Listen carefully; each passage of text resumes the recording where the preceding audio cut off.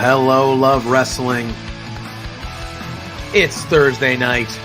It's 8 p.m. And you know what that means. It's another new episode of Between Two Beards.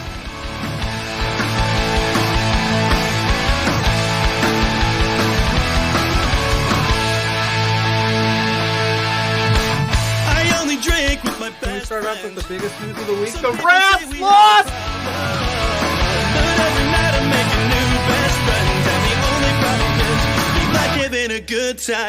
Forget yourself now. If you've got the budget, I've got the time. There he is. Hey, boss! There's the boss. Hey! The man with the finest beard on this screen. Canadian men, boys, shut the hell up. Let me talk. You see, the Rads are resourceful. When I got beef with somebody, I can find a way to talk to them.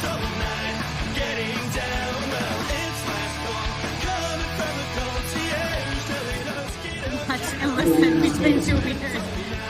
Getting down.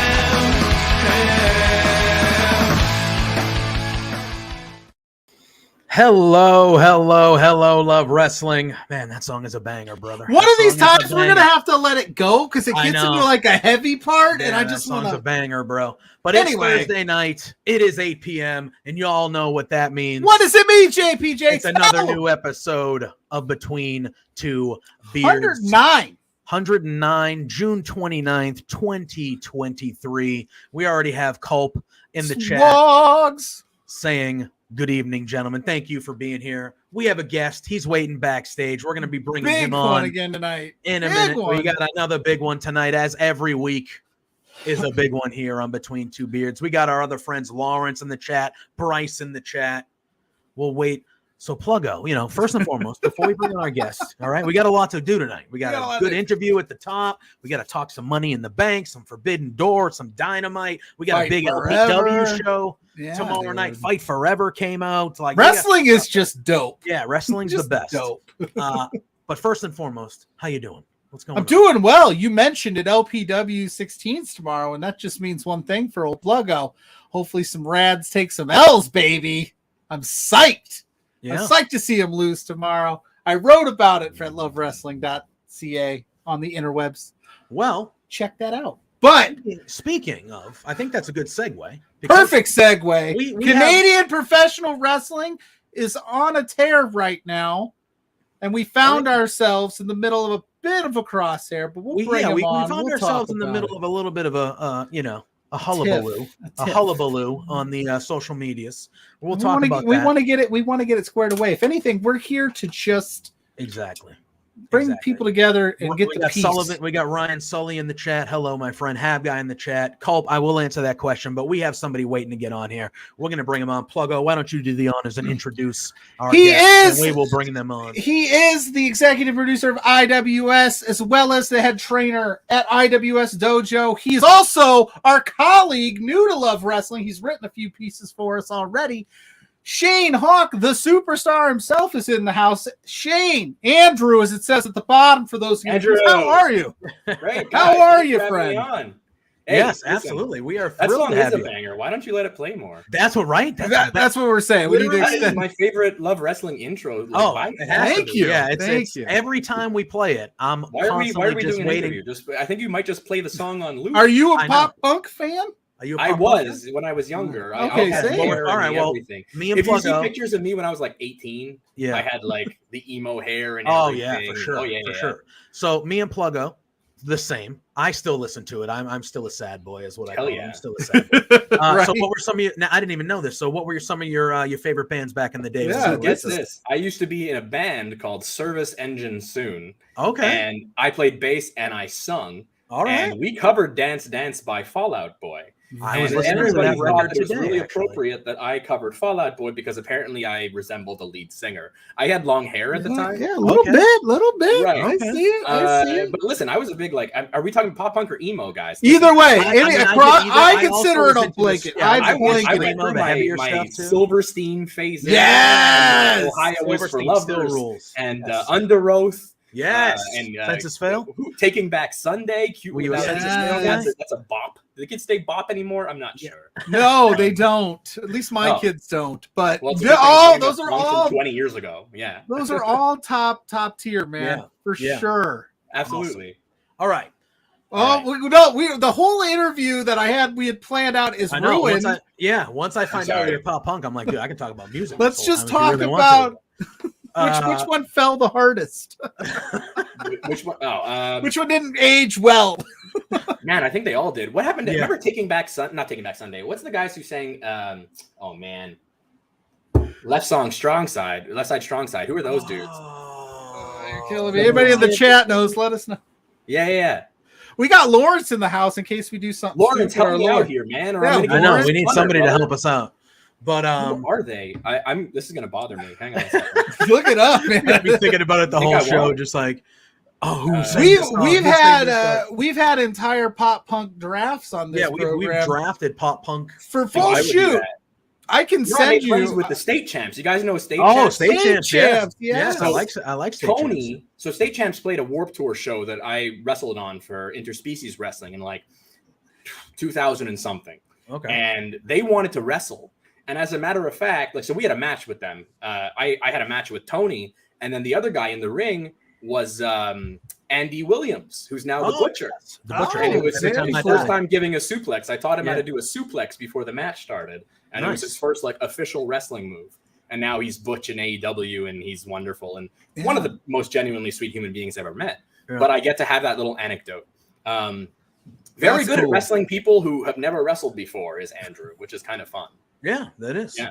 I'm still going to look up this Left Side Strong Side. No, that's fine. His Every Time I Die, Andy Williams' band is one of my all-time favorites. No longer around. Teasing to Please by Cute is what we aim for. Cute is what we gentlemen. aim. All right, I remember Cute is what we Cute aim is for. what There we aim for. go. That song What is was the song? problematic now. Yeah, That's yeah. fine. I mean, I bet you could go back and look at a lot of those Yeah. catalogs and be like, "Ooh, okay." I guarantee ooh. you. Yeah. Every single But- lengthy Fallout Boy name will put me to sleep at some point.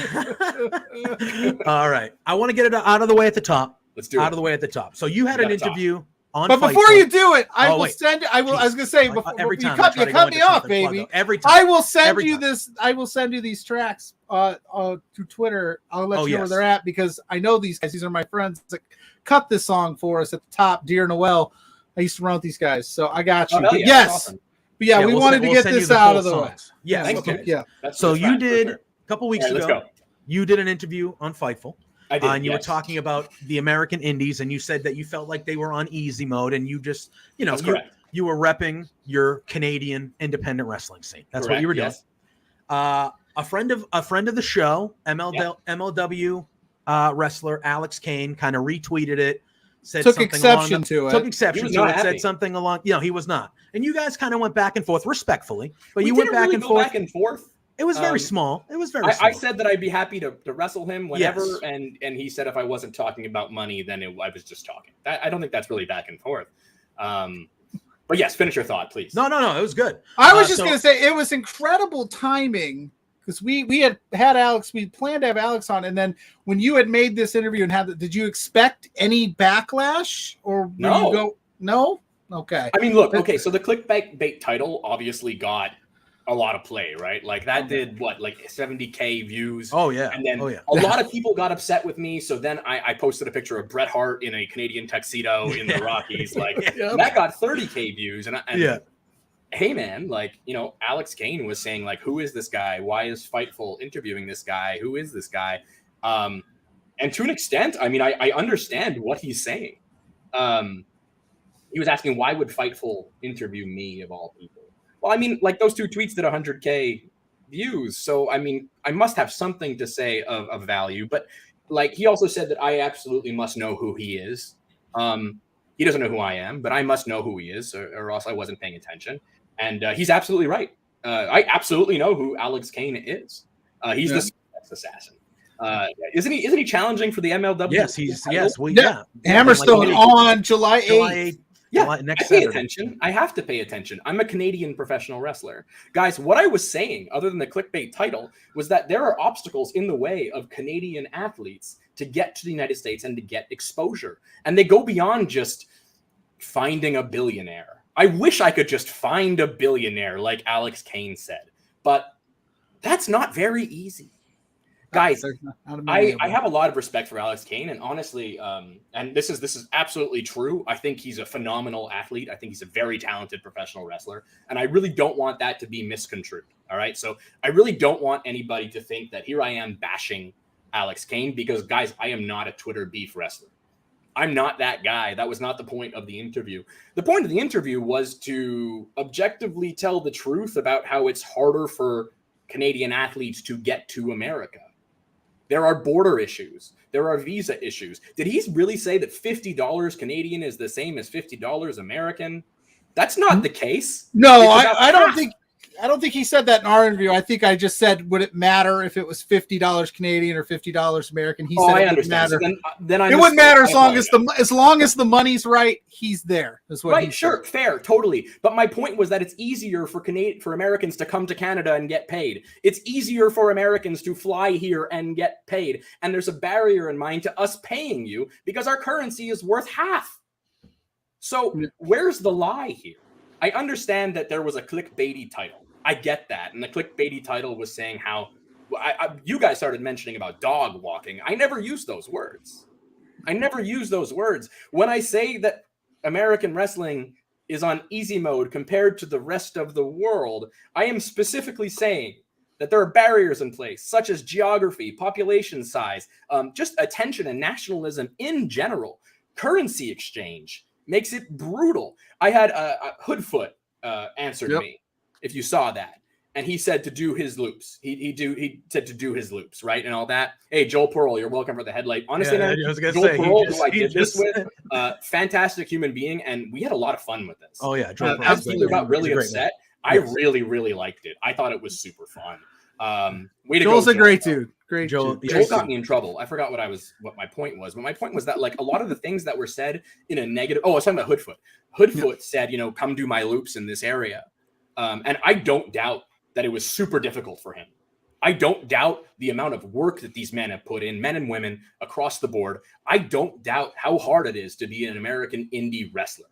That is not what I'm saying at all. I'm saying take all of those obstacles and then add like the 9 hours of extra driving per time. Add going to the border and getting your car searched and having to like strip down just to go down and pro wrestle like once or twice. And if you get caught, you're banned from 5 years. You're banned. Yeah. Look at Speedball Mike Bailey and what happened to him. One of the best athletes in the entire world. And this is only in America this happens. You don't need a Canadian visa to wrestle here. Americans can come up here with charges. They can have priors and come up here and it's fine and they can wrestle. And we have a healthy and strong scene. We really do. Our scene is fantastic. We discussed this. Like, Love Pro Wrestling as a show tomorrow. I'm sure they're going to sell out. IWS as a show, which we're going to cut to pretty soon. But there are places all over Canada that are popping off. The only difference, guys, is that we have obstacles in our way. And you know what? Americans do too. Americans have their own set of obstacles. And it would be unfair for me to say otherwise. And I fully take responsibility for that. I am very happy with the attention that I got. It's very hard to get attention.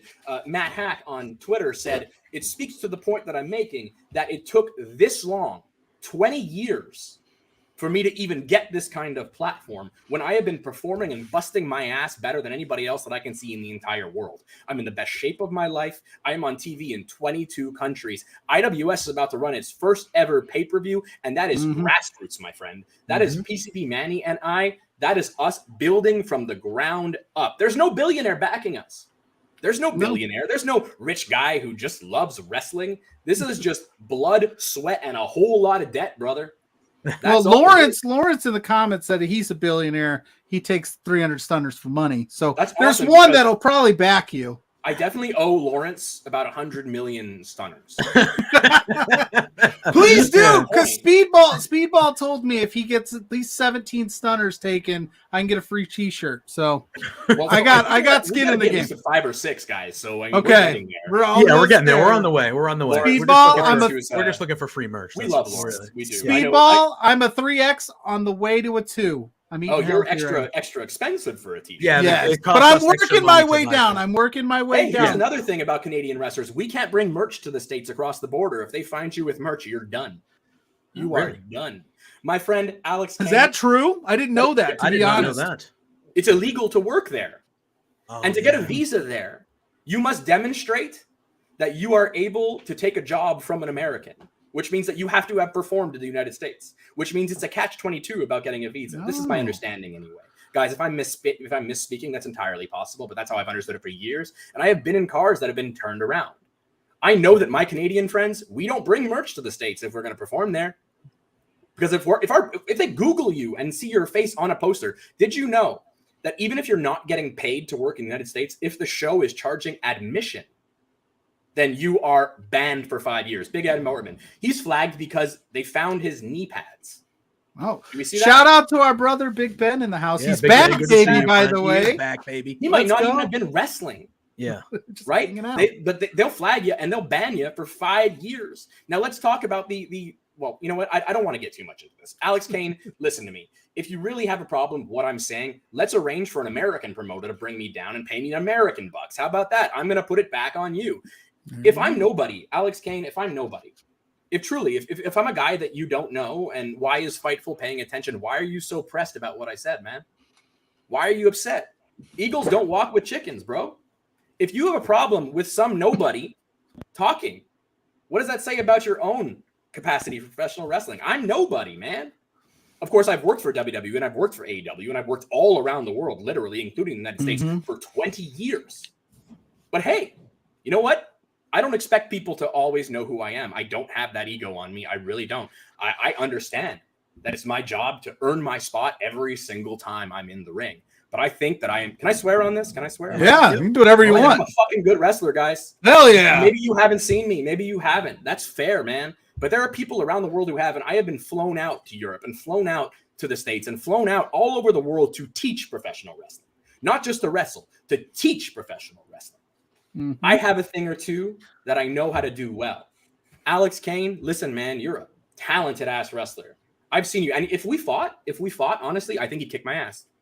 Straight up. Alex, you're a tough guy. You'd kick my ass. I'm old and broken. Absolutely. But I'm tired of being unknown, man. So how about this? Let's fight. And we get in there. And you beat the living piss out of me, bro. You beat me good. Beat me so bad that we go viral, brother. Make me famous. You have a platform. You're Alex Kane. Who am I? I'm some nobody that Fightful's interviewing, right? Ball's in your court now. You want to talk about money? I'll make you some money. You don't want the Canadian dollars, though. That's worth a pittance to you. We can make some money in the States. You know a promoter? I'll send my wrestling CV. I'll come and I'll set up the ring. I'll set up some chairs. I'll go right down to the bottom, and I will prove to you, mark my words, that because of how much extra Canadian wrestlers have had to struggle just to get a little bit of a crumb of attention, I'm going to be a problem. You'll beat me up. You will. But at the end of the day, I'm going to walk out of there with my head held high, because then I won't be an unknown anymore. All of my peers in Quebec wrestling have gone on to become WWE, AEW. We talk about the Kevin Owenses, the Sami Zayns who trained me to wrestle. We talk about Jericho Appreciation Society, Dark Order. We talk about Speedball Mike Bailey. All people who are my peers, who are on TV, who are living their dreams, and I am stuck here, man. I am stuck here because when all the contracts came along, I broke my back. 4 years I was out. 1 year I didn't walk. I rehabbed that without surgery to get back into the ring to do what I love. I'm here because I love to be here. I want to be rich too, man. I want that platform so bad that I've given up. I didn't go to prom, guys. I was wrestling. Oh, really? Wow. I've heard that. I heard that wrestling, you give up a lot of dates, a lot of important I used stuff. to drive to the arena and wrestle in Cibernetico for an hour. drive back so I could be back at university on Monday and take my exams, and I got my bachelor's degree. I put myself through school wrestling, but you don't know who I am. Right now, I'm getting passionate. I don't want that passion to be misconstrued for anger. I don't. It's okay. No, I'm not angry. You're talking from the heart, It is man. what it is, and I put that behind me. But it's also time that I get a slice of the pie. And if that means Alex Kane has to put me out of my misery so that I can leave a better life for my students who are here practicing at the IWS dojo right now, great. Kill me, Alex Kane. Do it. Maybe my kids can have a better life than I do. At the end of the day, that's what I want. Because I didn't get to make it. Maybe they will. Sorry, I'm getting emotional. Let's move on. It's okay. I was going to say, we don't want that. We don't want Alex to kill you. We love you. We think you're awesome, too. Yeah. Thank you. I think you're awesome. We told him last week. We said he's a very talented wrestler in his own right as well. It was just crazy timing. The story. I didn't think this was going to get as big as it did. Neither did I. Yeah. So but you know what? I'm happy you did. I'm happy you did. Hell yeah. I got to capitalize on this shit, guys. Like I said, I've been doing it for 20 years. Yeah. We fill 2,000 seat venues on a regular basis.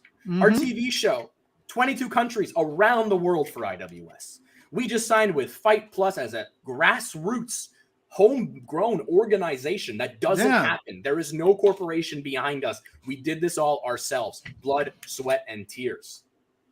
Yeah. Ben saying he wants to go down with Andrew and fight people that he thinks will beat him up. Bro, Hey. I want him to beat me up. Yeah. I want that press, man. Let's go. You gotta get Listen, Joel is going to write another headline about this. It's going to go everywhere. 100%. Yeah. This ain't going anywhere. I think the headline will be something like 20 years ago by drinking his own blood. Sexy Eddie did that. It turned him to death. Remember that? Yeah. Cool. Yep. Let's recreate it, man. Shayne Hawke wants Alex Kane to kill him. There you go. That's your Kill me. headline. Kill me, Kill me. Alex Ask Kane, Alex says Kane Shayne to Hawke. put him out of his misery. Here you go, Joel.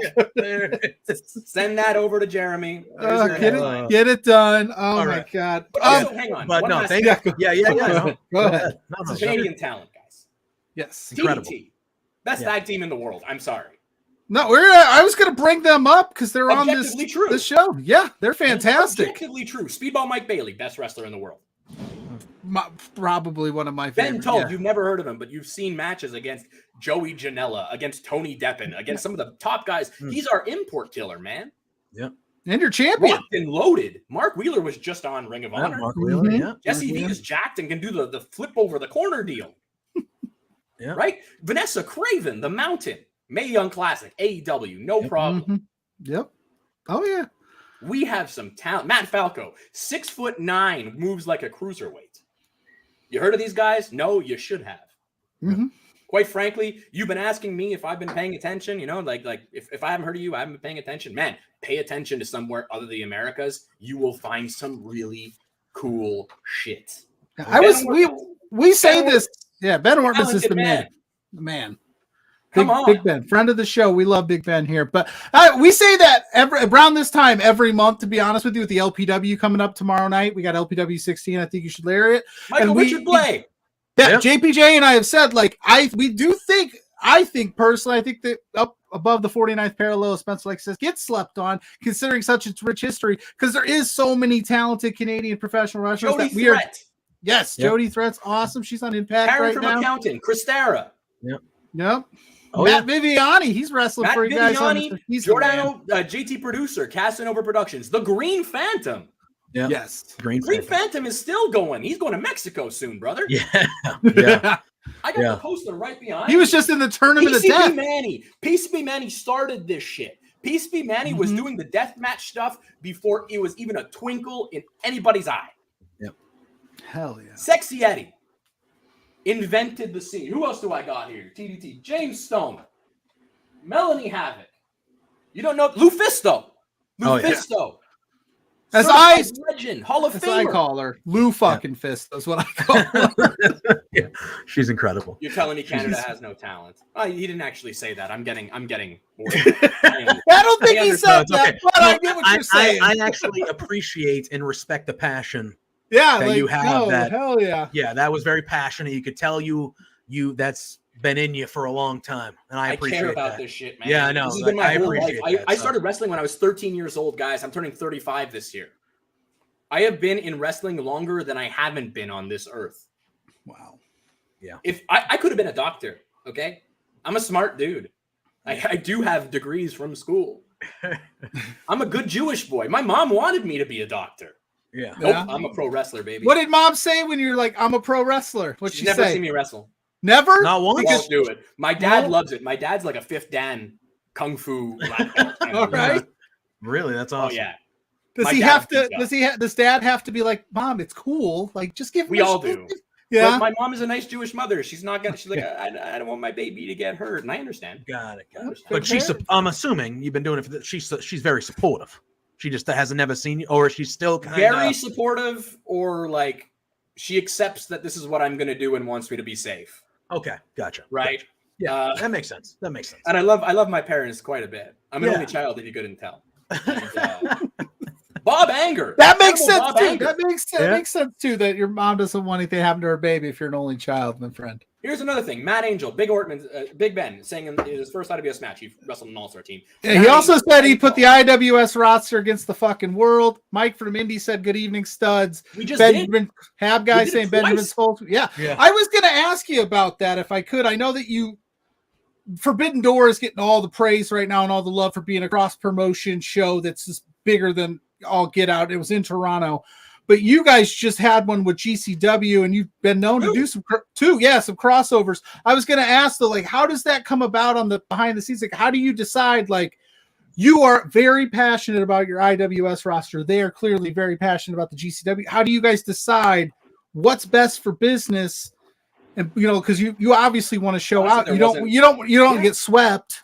But I mean, what you nailed it there with Frankie the Mobster. Thank you, Big Ben. Sure, Big Ben is just naming all the people I'm forgetting, and I really appreciate That's it. fine. If you're, I've had 9 concussions, and I'm not good at this.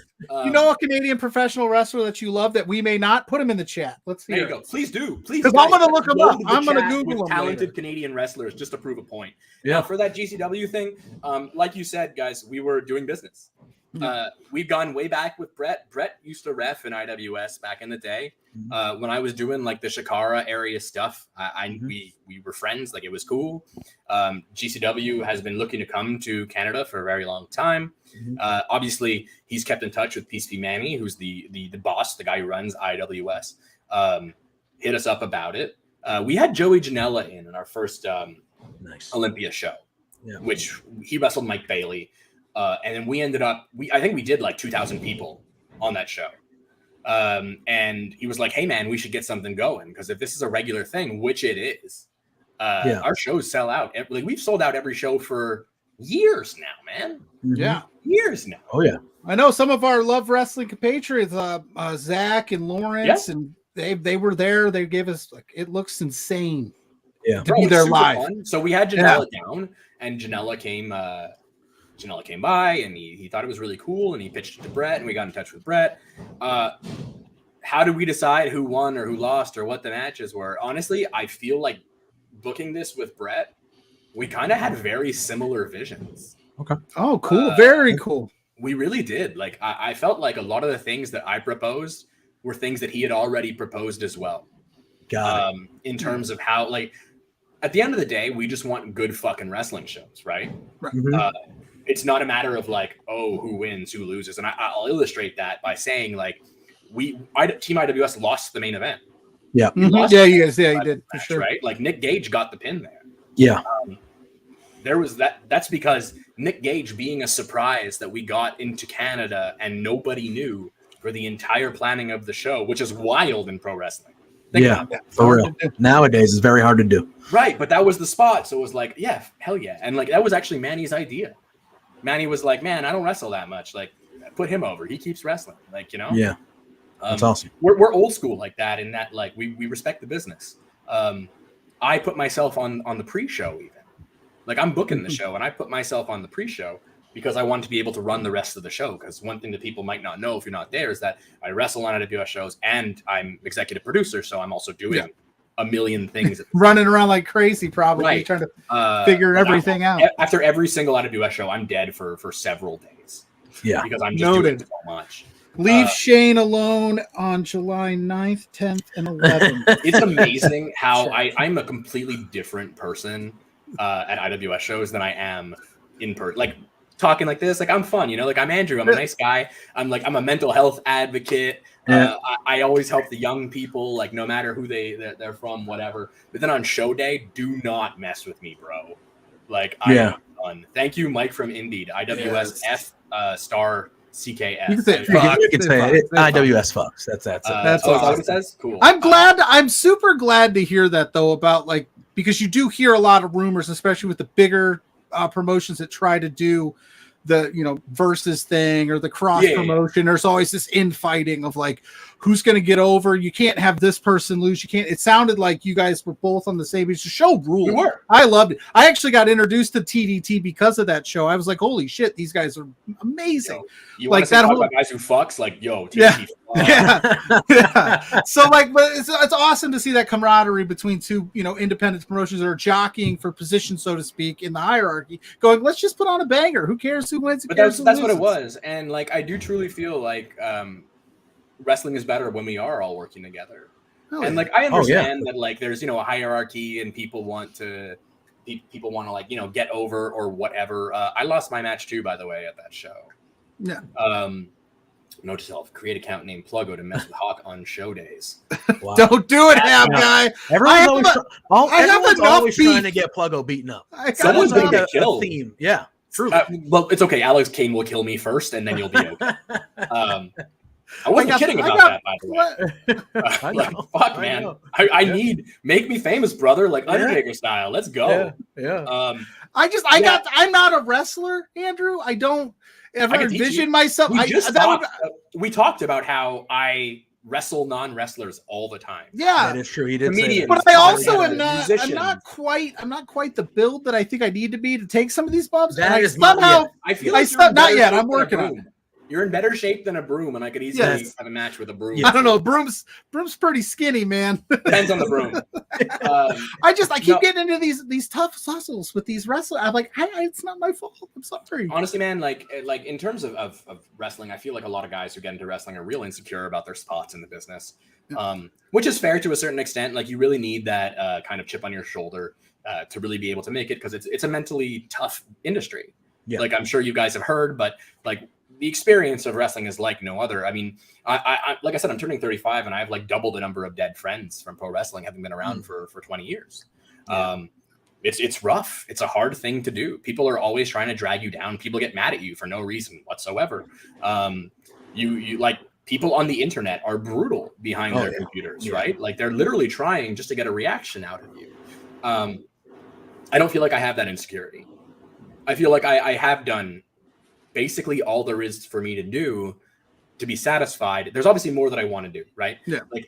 But I don't make I don't think that I'm getting signed to WWE as a wrestler anytime soon, right? Like at this point, my real goal in wrestling is to really set things up for the next generation, which I think that I've been doing over and over and over again. And I like really like I really enjoy teaching. I do really enjoy giving people opportunities. I like to be able to provide a better environment in pro wrestling that I came up with. And I think a lot of that translates to IWS right now. Yeah. When I first debuted in the industry, like we were bumping on concrete, you know, you were bumping on concrete, you got initiated, you got the shit kicked out of you. This was 2002, guys. Right. Yeah. There was not like, there was racism, homophobia, like bullying. I remember guys having like guns and cocaine and shit like that backstage. And like, that was just open, you know, beatings left and right, sexual harassment, like these horrible things that like don't belong in the industry that we unfortunately still do see on a regular basis. But I do believe that IWS has created a more accepting environment than when I came up in the industry. Yeah. So I think that I've left at least a little bit of a mark on Quebec wrestling and hopefully more wrestling through the seminars that I've given and the people that I've been fortunate enough to coach who have put their trust in me, which is something I never take for granted. Absolutely. I just want to leave the business better than I came into it. And so far, so good. So Yeah. far, so good. Oh yeah. I'm waiting for maybe I have some big scandal that'll drop in 5 years. Let's hope not. Hopefully not. Aren't we Hopefully all? not. Guys, No, we I grew was- up with South Park. We grew up with South Park. Yeah, we did. We really did. You know, We I really think did. the key to IWS, that. man, like, I give a speech every show about how like racism is not tolerated, sexual harassment not tolerated. Here, Ben is vouching for it. He's been at our meetings. As soon as I hear something along those lines, if I hear something about like there's a racist comment backstage, like that shit's done. If I hear about sexual harassment in any way, shape, or form, first of all, I consider my kids like my students are like my kids. So if you're harassing somebody in my locker room, it's in my house. Yeah. It's not acceptable. Absolutely. We will fire people at the drop of a hat, and there have been sexual harassment situations that I've had to handle privately because I hesitate to say victim, but like, the person who was on the receiving end of it didn't want it to be public because it could affect them or what have you. Yeah. So I'll take the heat for that. I'm the guy who will step in, and I will take the heat for that, and I will do so happily. Yeah. That's my job as a coach. It's my job to protect my students and to make sure that they're well set up. That's what I signed up for. Absolutely. And I don't think I could go to work if I didn't believe that we had the honor that we do in IWS. Yeah. And with that being said, I would really like to segue now into plugging that show. Well, I was going to say, yeah. Before we have the remaining time with you left, you have Scarred for Life coming up. Yep. This card looks insane. By the way. We were our first ever pay-per-view with the Fight Network. It's not our first ever pay-per-view because we were on Viewer's Choice in like 99 or 2000 or something like that. Okay. Maybe like early 2000s. My memory for dates is very shoddy, so please accept periods as opposed to it's okay. Like Ring of Honor is just starting when this happens. Okay. Gotcha. PCO is back in IWS and has had his famous triple threat match against El Generico and Kevin Steen. This was cool stuff. We did have a pay-per-view with Viewer's Choice there, and I think it was the first Canadian company to ever have that pay-per-view. But this was before my time. Regardless, it's our first one on Fight Plus. I think it's so cool, guys. Yeah. Awesome. It's taken a lot of work, like a ton of work to get that off the ground. PCP Manny and I have really ran ourselves ragged and into the ground, just working nonstop. And we both have full-time jobs as well, right? Yeah. So like we have been busting our asses. The students have been busting their asses rather. The roster has been busting their asses. And I am so proud of this card, guys. This card is dope. Carl Jepsen is somebody who I didn't mention before and needs to be in the conversation of guys who need to break out right away. And we've got him singles against Jordan Oliver, and you need to go out of your way to see this match. Yeah. Like Speedball saw this, and his reaction was, "This is a very good match." And that's how you know. What else do you need? Yeah, I mean, exactly. Jordan Oliver is on the short list of independent wrestlers of the year right now. So yeah, like let's go. Jordan Oliver's Carl Jepsen is going to be mind-blowingly good. Perfect opportunity for Carl. Carl Jepsen just had an awesome singles against Austin Luke from H2O, which was fantastic. That was the last show. But let's talk about the ladder war that we have going on. TDT, Wasted Youth, Fresh Air, other guys who you need to know from Canada, McCrae Martin, Junior Benito. If you have not seen these guys, you are not treating yourself properly. These are great guys.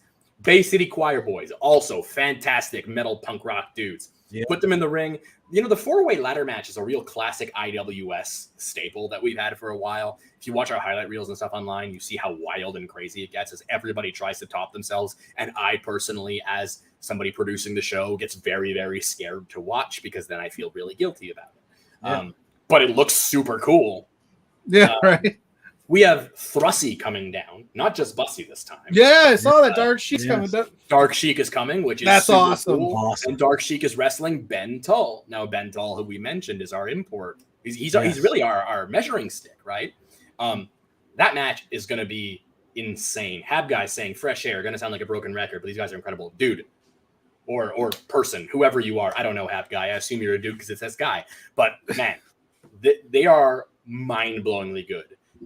If I were to predict the next guys breaking out from Canada, it would be Carl Jepsen and Fresh Air. McCrae Martin, one of my original students, moved on to the Keep, which is the Dark Order school. There you go. Watching Fresh Air is like witnessing the future takes place in the present. They're so ahead of their time. Yeah. They're so talented.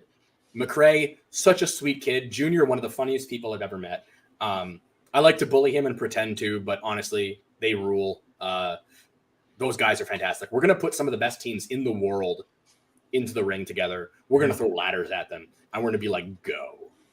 Awesome. Yeah. Trios action. Casanova Production, me and my boys, JT and Matt Viviani, also friends of Love Pro Wrestling, taking on Amazingly Sweet Christera, who just is coming off fresh matches with like some of the best in the world.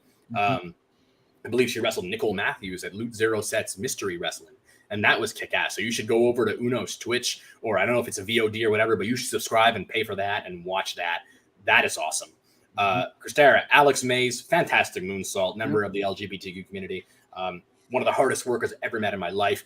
But actually, I hate them right now because I'm fighting them. So just remember I hate them. Yeah. And then also, I gotta say, super good at Jack in the Box. By the way, Alex Mays is. I've bet on blowing up stream. Yeah.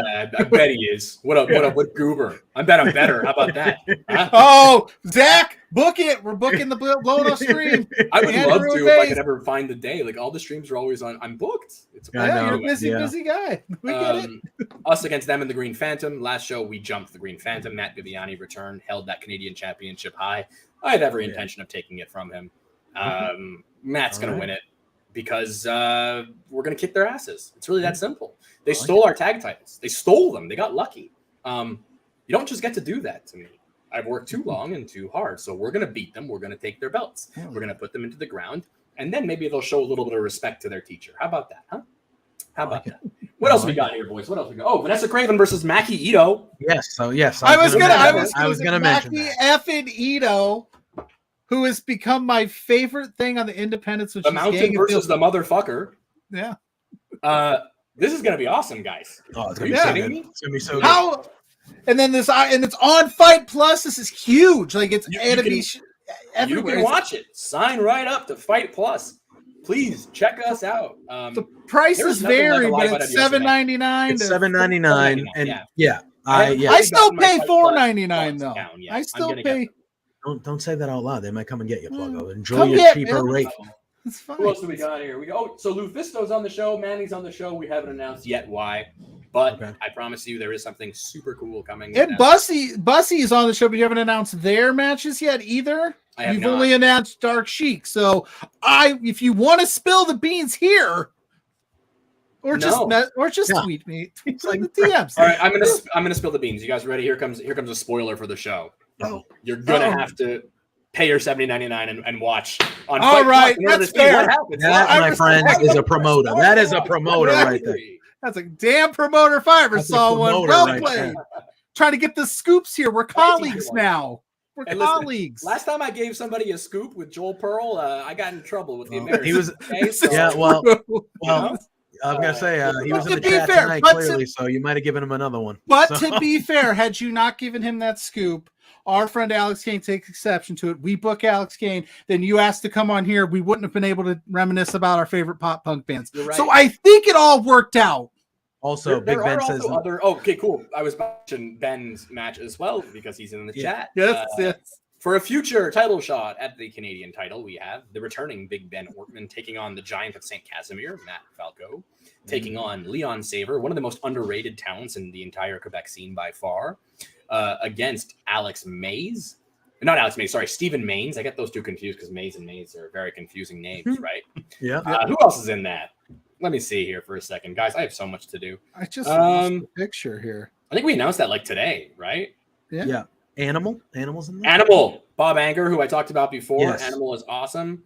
And then Sway Archer. Sway Archer is who it is. Fantastic gear maker, making gear for the stars. Dynasty is coming in all the way. Did you skip over, if I might have missed this, we've said a lot, Danny Leo and Melanie Havoc for the IW Women's Championship. That's right. That's going to be a good one. I really enjoy it. That's going to be awesome. Homegrown IWS Dojo talent, both working real hard. Going to kick some ass for sure. There's going to be 10 total matches on this card. I believe we've announced 8. Nice. Most IWS shows have 10 matches because I have to film 5 weeks of TV. Got it. So, right, usually I like a shorter card, but because we have 10 weeks on the Fight Network, FIGHT, I need to do 10 matches. But honestly, like it still goes real quick. It's great. Yeah. IWS there's nothing like the live IWS atmosphere for sure. It's like a party. we have beautiful women in evening dresses at these shows, which blows my mind as somebody who's been in wrestling for 20 years. Because it's just a very different vibe. I feel like people really come out. Montreal's a party city, as you know. They'll come to the IWS show. They'll have a good time, and then they'll go out and hit the town after, or they'll just come to party with us. Because honestly, like, IWS is not a typical wrestling show, guys. IWS is like a rock concert. Yeah. Rock concert with safety precautions, though. I like the deathmatch safety precautions you make the fans participate in too, which is so we nice get the touch. first few rows, masks and face shields. We make sure all children are set back, and I'm very strict about enforcing this. Honestly, not even just for insurance reasons. I do want to make sure that everybody gets home happy and safe. And has a good time. Absolutely. You can have a death match without the fans getting hurt. Yeah. Which is cool. And I also believe, honestly, here's another. Let's go with this. Okay, this will be our headline, our clickbait headline. Be ready, Joel. Fans bring the weapons like an IWS main event. Okay. I could get behind that. I remember in our group chat, some of the guys were trying to come up with their creative bring a weapon thing. So a lot of the times, a lot of the stuff moves onwards comes from creative minds, like Canadian minds. You know what I mean? Did you know that Legos in matches were first originated by Mike Roach from ISW, another Canadian? Which I did not know that. Which we talked about that last week. I was at a show Alex Kane was on, and they had a Lego death match, and I cringed as a father of 4 because I step on even the tiniest one and I want to die. Man, I took the Nesty plunge onto Lego once. That was no. I once had a fans bring the Lego death match with Bucks Belmar, who's another talent that I need to throw into that list of amazing Canadian guys. It's all hockey sticks, Ryan is saying. It's more than hockey sticks, Ryan. Somebody, no, Ryan, you're wrong, because the first time to actually do it on TV was ISW. You're wrong, Ryan Sullivan. You fool. Oh, we'll put the comment up. Ryan is saying that Backyard Wrestling was the first one with the maybe, but it wasn't on TV. Maybe. Also, speaking of Backyard Wrestling, did you know that Matt Viviani is a Backyard Wrestling legend from CHW?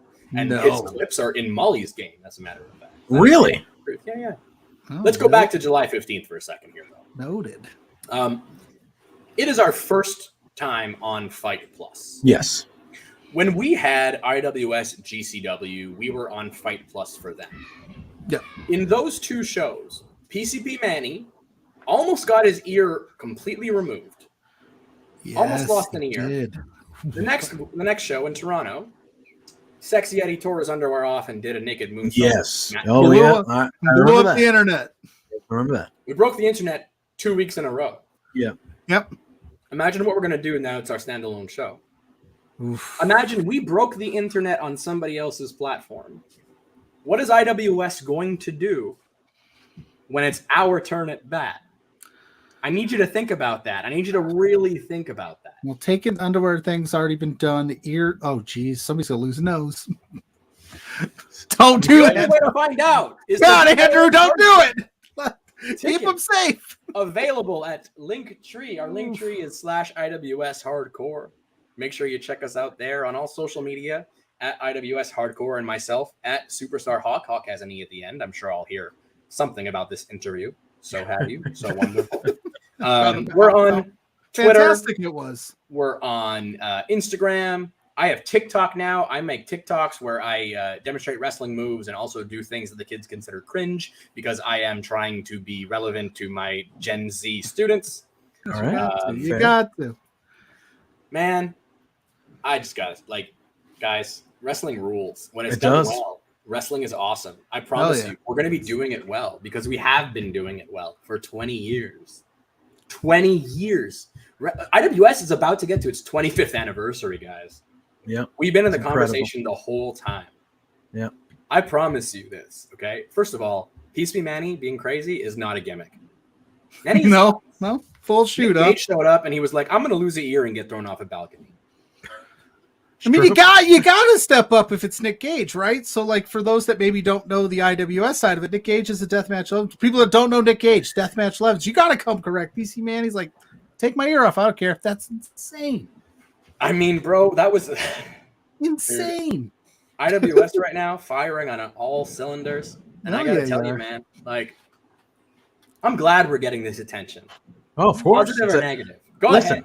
it's a I good was gonna time. say, It's this pretty interview- good timing to be getting a little bit. Who of this knew how it attention was with this gonna big go? show coming up here. And I got to thank Joel for that. Joel is somebody who we've really connected over the past year. Another nice Jewish boy, and then a couple of his colleagues have asked me to beat him up, and I refused to do so.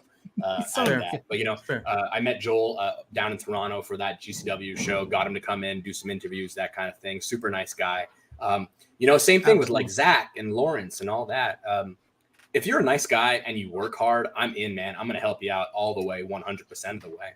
Yeah. And then look at that. Now we're colleagues, boys, right? I was going to say, maybe, yeah. I said I would like to think we're nice guys and we'll help each other out.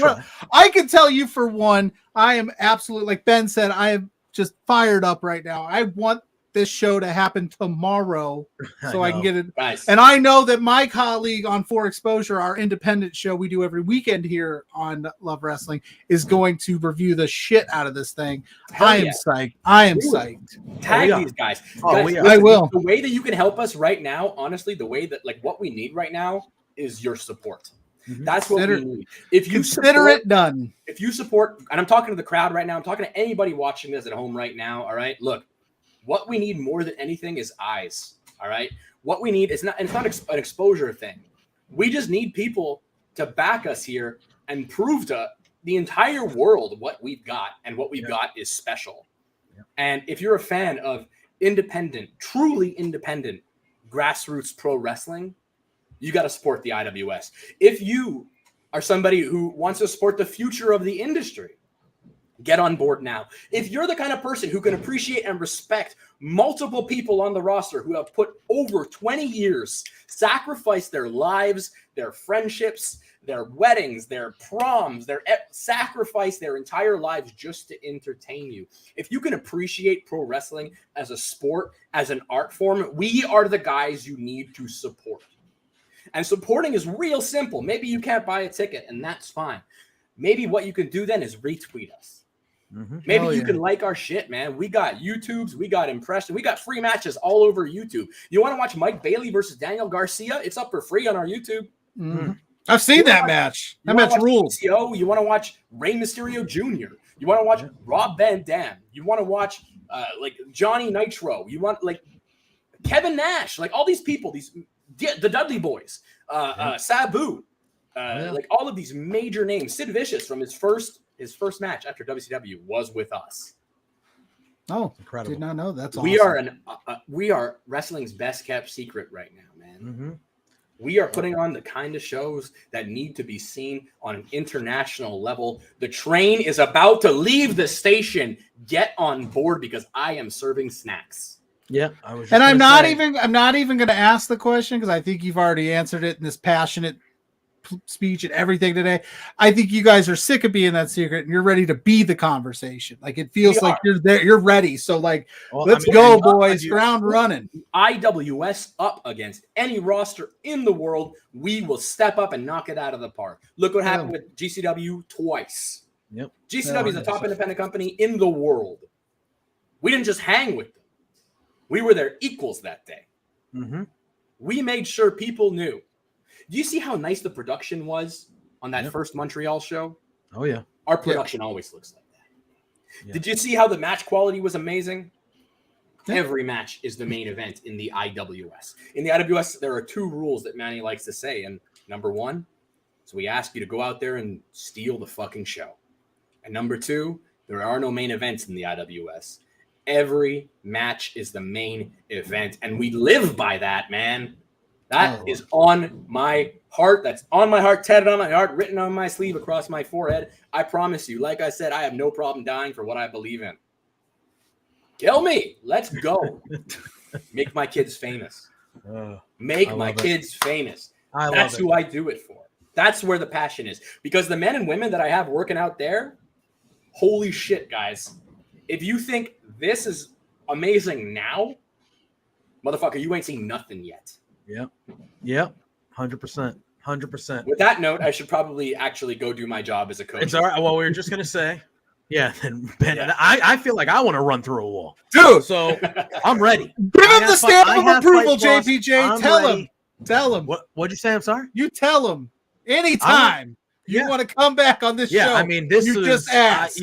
Done. This I was appreciate passion that. galore. I loved it. I love your energy.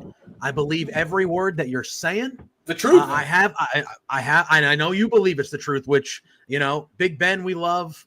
Like Pluggo said, we have our Love Wrestling people that have been going to your shows, promoting your shows, saying this shit rules. We got to get shout out and to I'm them for us to go up there. I have Fight Plus. I'm very excited to watch the show on the 15th. Hell yeah. It's going to be amazing. It is a stack card. We're going to be reviewing it on Pluggo Show for exposure.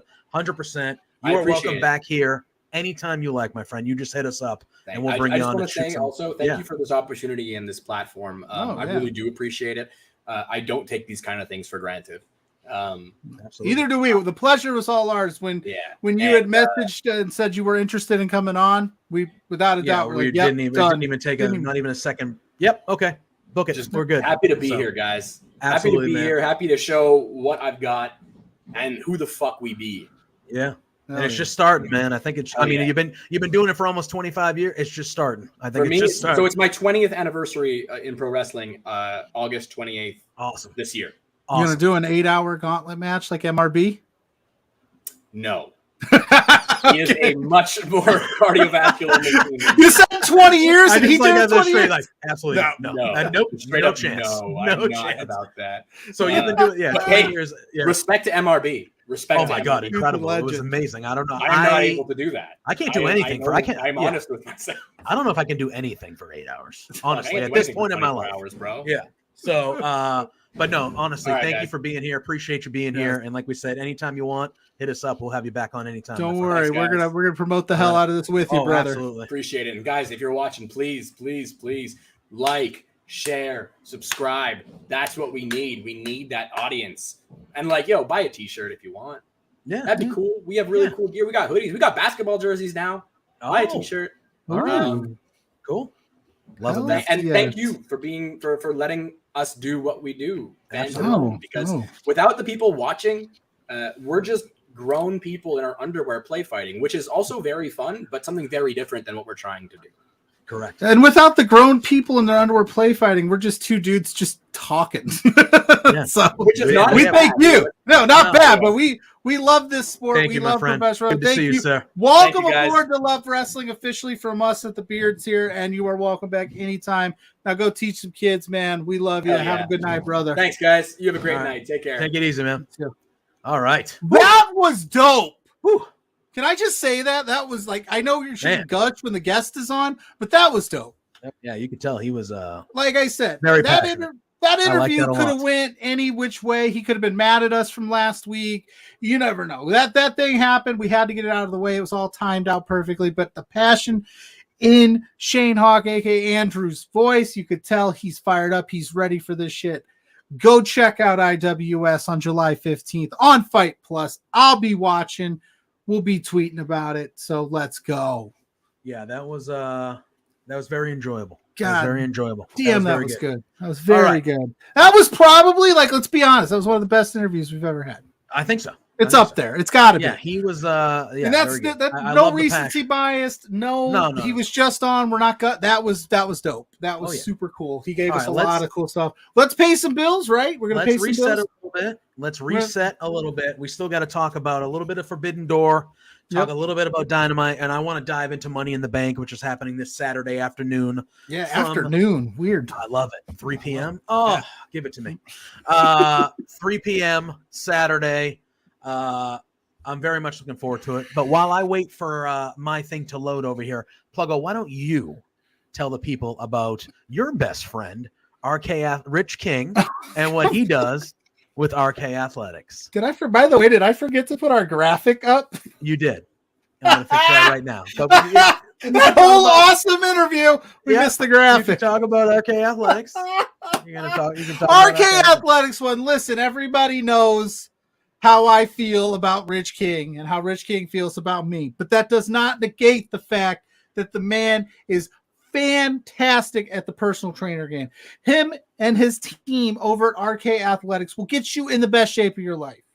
Whether you're looking to shed a few pounds, like I am right now. Like I said with Shayne, I'm a 3X on the road to 2X, baby. Let's go. Love it. You know what I'm saying? And you got to eat a little bit better. He'll give you meal plans. He'll help you with your prep. He's already, you know, before this whole thing went down, full shoot. I said, hey, Rich, can you give me a few tips on how to just eat a little bit and maybe swerve myself from this to this? And he said, absolutely. And he gave me a bunch of cool tips. I use them to this day. So go to RK Athletics on Twitter. Hit up Rich King, whether you want to get shredded and jacked like he is, because it's no joke. No, the dude's built. The dude's, man, he looks good. He's got his abs. He's got his muscles. He's toned. He does it all. But if that's not what you're looking for, he's got you just with a little weight loss goal. So hit him up. Day one sponsor, baby. Love it. Boom. Love it. All right. And I want to talk to you about BetStamp. This podcast tonight, which has already been a fire show, is brought to you by BetStamp and is by the BetStamp app, which is helping thousands of people win at sports betting for free. The same way travelers use Google Flights or Expedia to find the best prices, bettors can now use BetStamp to do the same. When you place a bet, the odds given by a sportsbook will determine how much you can possibly win. Even when betting on the same outcome, different sportsbooks will offer varying payouts, and these differences can be huge.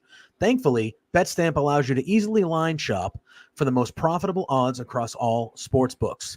You can click on any matchup and instantly see all the different odds for game lines, player props, and even future bets. Line shopping is the simplest way to find an edge in sports betting and maximize your chances of winning long term. On average, BetStamp users win an extra $1,000+ yearly just by this line shopping. You can find the BetStamp app on the Apple Store, the Google Play Store, or through your browser at www.betstamp.app. That is www.betstamp.app. To access all these benefits, sign up using the promo code that you see on your screen right there, Love Wrestling, and start your journey to successful sports betting today. If you forget to use the code upon sign up, you can always enter our code in your BetStamp account settings afterwards. Please go check out our friends at BetStamp in the Apple Store, the Google Play Store, or on www.betstamp.app. Bill, yeah. I know he had to go, but I just saw the comment Ben said, and Big Ben said he wants the Sid match. Do you want to wrestle Sid, Big Ben, or do you want to see the Sid? I'd like to see that. Where did it go? My mic. I was going to say, I thought it was me. No, it was me. My mic acted up. But yes, we got a lot to talk about heading into the we do, and then we got Culp in the chat just asking me top 5 promo shooters. He asked me the other day because we were talking. Somebody had posted somewhere along the lines. While you think about it, somebody had basically posed: "Is the Miz better than CM Punk in a promo?" I said to him, and this is where we both. Now that you mention it, I would. Big Ben, Big Ben is back. If Sid all of a sudden was like, "I'm coming out of retirement," and Ben was like, "I'll fight you," that'd be amazing. Big Ben. See, our boy Big Ben. For those that don't know, he's been out of the game with an injury for a little bit, and he's finally back, and he is back in bunches. So listen, if you're an independent wrestling promotion and you see this somehow, book our boy Big Ben Orton. This dude is money. He never tapped to Ronda, friend. Nope. Never tapped to Ronda. But yes, so the question was posed like Miz or Punk, and I said, listen, the Miz is criminally underrated, as we talked to Jack Pride about a few weeks ago. Yeah, I think he's definitely up there in the conversation of best promos of all time. Promo workers. I would think so. Like he's very good. He is. He's very good. All time. Like, if you're talking, if we go to 10, you're telling me the Miz doesn't sneak in at 10 in that 10 spot, the 5 spot. It's close. So go ahead. Who's number one? Punk. I mean, The Rock. Yeah, The Rock is very good. Flair. I mean, I'm thinking off the cuff here. I'm sure if I had more said he's trying to fight the world. He's friendly. I'm sure if I had. Well, I would. That's why I say it's like you think the Miz. It's definitely Punk. It's definitely. I mean, when you say shooters, like are you talking like? Oh, what he said by shooters. He didn't say shooters like to me. Punk, like promo shooters. Is that like shoot promos? You shoot because like Flair. Don't oversimplify. Just don't overcomplicate it. It's just like promo workers that like you said, Punk, The Rock. I mean, yeah, Punk, Rock, Flair. Like right now, like guys that come to mind just in the business. MJF. Like MJF is very good. I think Cody can cut a good promo. Cody can cut a damn good Cody promo. can cut a good. Here's the thing with Cody. I think Cody can cut really good promos, but then he also has those promos that he goes like this way, and you're just like, bring it back, man. Yeah, like you sometimes. went, you took it too far, and I'm not with That's you. That's fair. That's fair. Speaking of promos, Didn't he end racism in one promo? he did. He tried to. Tried to. It didn't work, I think. Like, Speaking of promos, you want to talk about this Jungle Boy promo from last night? do you want me to? I'm fired up because of You want to talk Shayne about Hawke. this? You know, You want me to? you want to talk me about this Jungle Boy promo from last night? Anyway, I got enough issues with enough wrestlers. I don't need. But Jungle Boy, you done. You dead to me, son. You yeah, he punk. took out your boy. He took You out your took- boy. I knew you weren't going to be. You weren't going to be thrilled. You took out my boy Hook. Hook. Yeah. For those that don't know, this program started with nothing back here but a little sign that said Team Hook. It's true. Team Hook. True I've been story. on Hook's band. Hook is a handsome man. I love that guy. He's fantastic at everything he does. And you took him out. You took my boy out. You kicked Marco out of Jurassic Express. You're off the rails, Jungle Jack. Well, I mean, he's going through some stuff. He's He is going. You He's figure becoming it a out. man. He's becoming a man. You let that snake Christian into the mix. Like, what are you doing? I You're think done. We're done here, would, Jungle I would Boy. like to see oh, what if it's Marco versus Hook? Okay, well, listen Hab here. guy saying Hook deserved it. Wow. What? Hab guy? Come on, bro. Come on. Wow. I will not stand for this. Pluggo slander. defends the wall of Hook. Yeah, I will he not. defends the I will wall. not stand for this slander in this chat unless you're super chatting it. Pluggo is a Unless hooker. you're super Pluggo chatting. is a hooker. He defends the You wall. gotta pay for that kind of slander talk in this chat. Anyway, Look, I've been saying it for weeks. I've been saying it for weeks that Jungle Boy was going to beat the shit out of Hook at some point.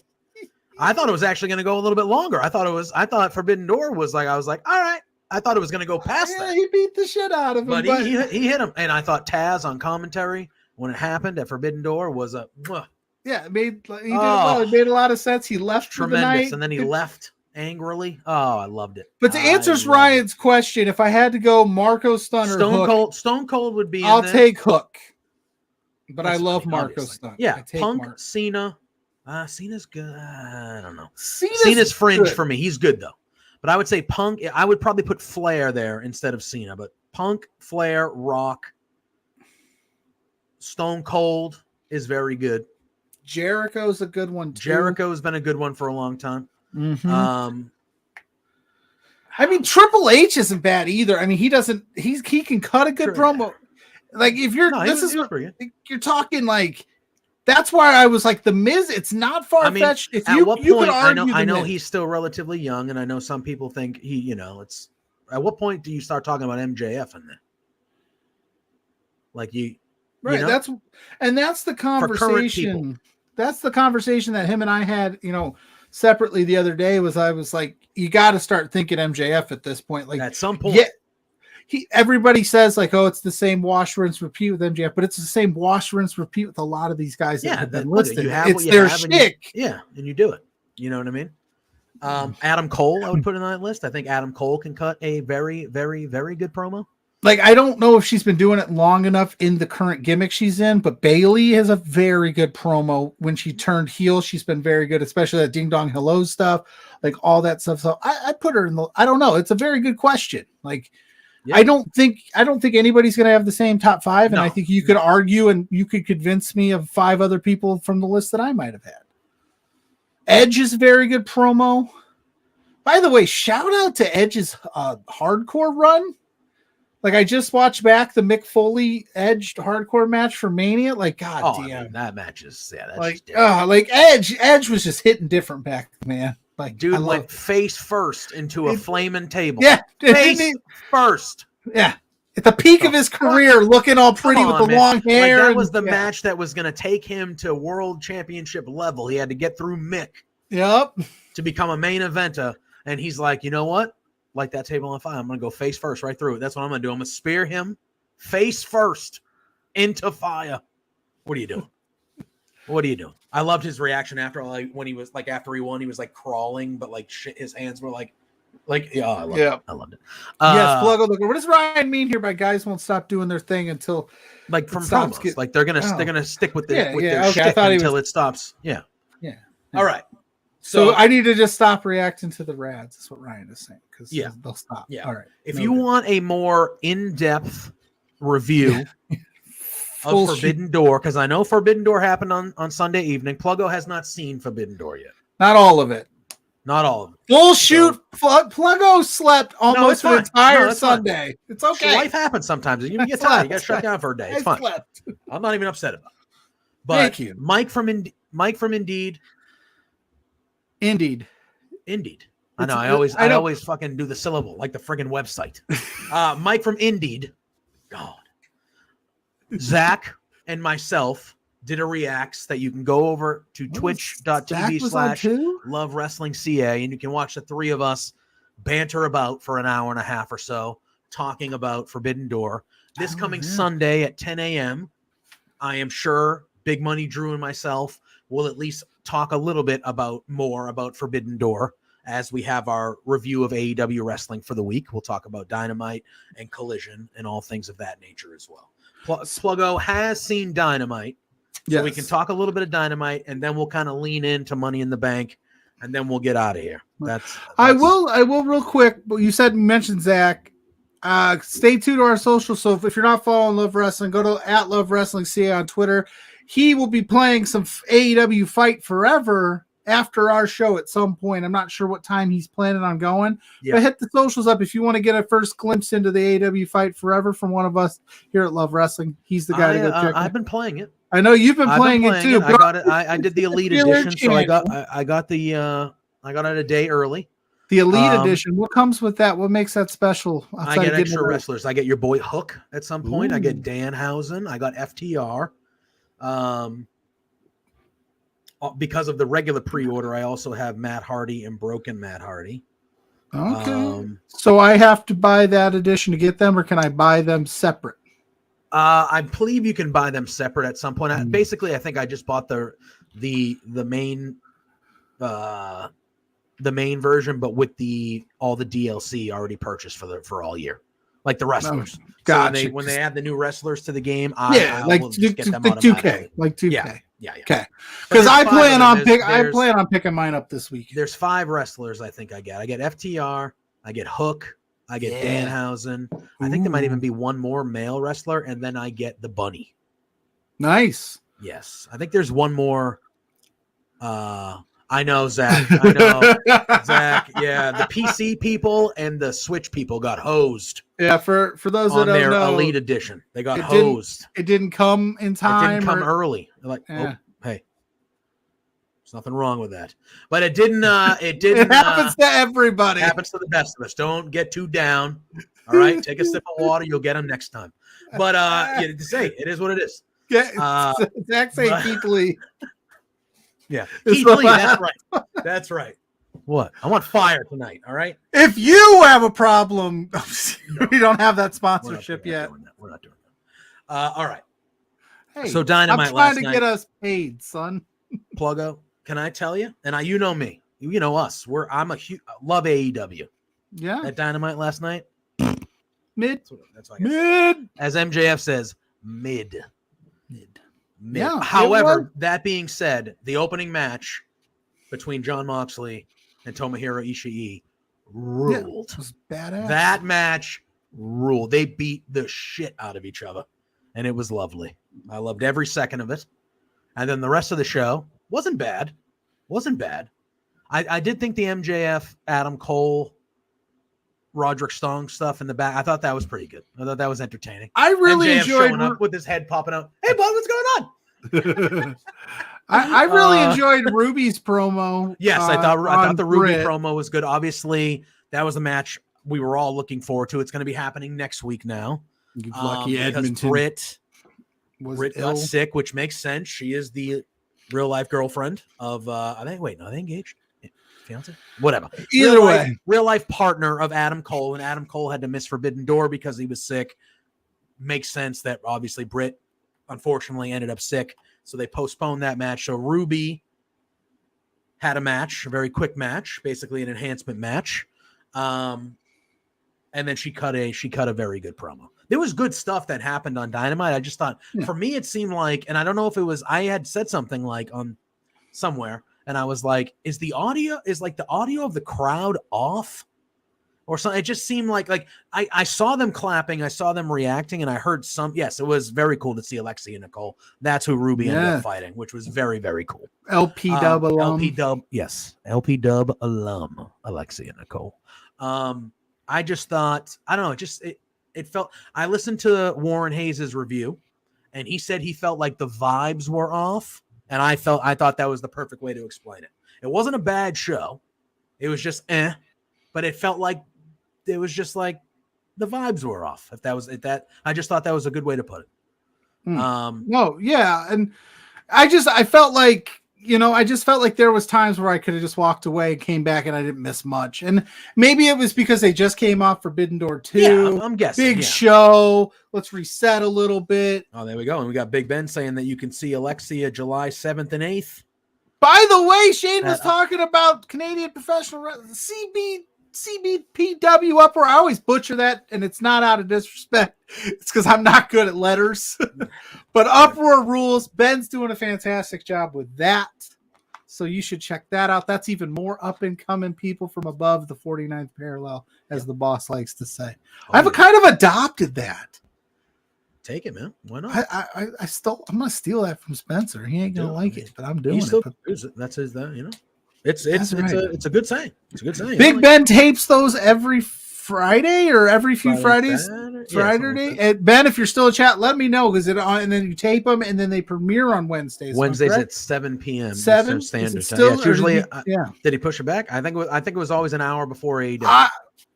I just want to make sure for you, buddy, because I do watch them. I watch them sometimes in bunches in the last couple of weeks. Yep, there you go. See, you can return my last night. It's already out. Look at it, right there. You can see his return. Oh, I saw the entrance. He was jacked up. Right? How do you? Yeah, man. Water bottles and stuff. Yeah, I'm happy for you that you're back. I'm happy for you that you're Ben, we got to get you on the show. We got to make it happen, buddy. I know you're always busy on Thursdays doing your thing, but one of these Thursdays we got to chop it up. 100%. Maybe after this IWS show, after you whoop some ass, you come on, tell us all about it. Hell yeah. Book it now. Book it. Hell yeah. Yeah, so the Moxley Ishii match was good.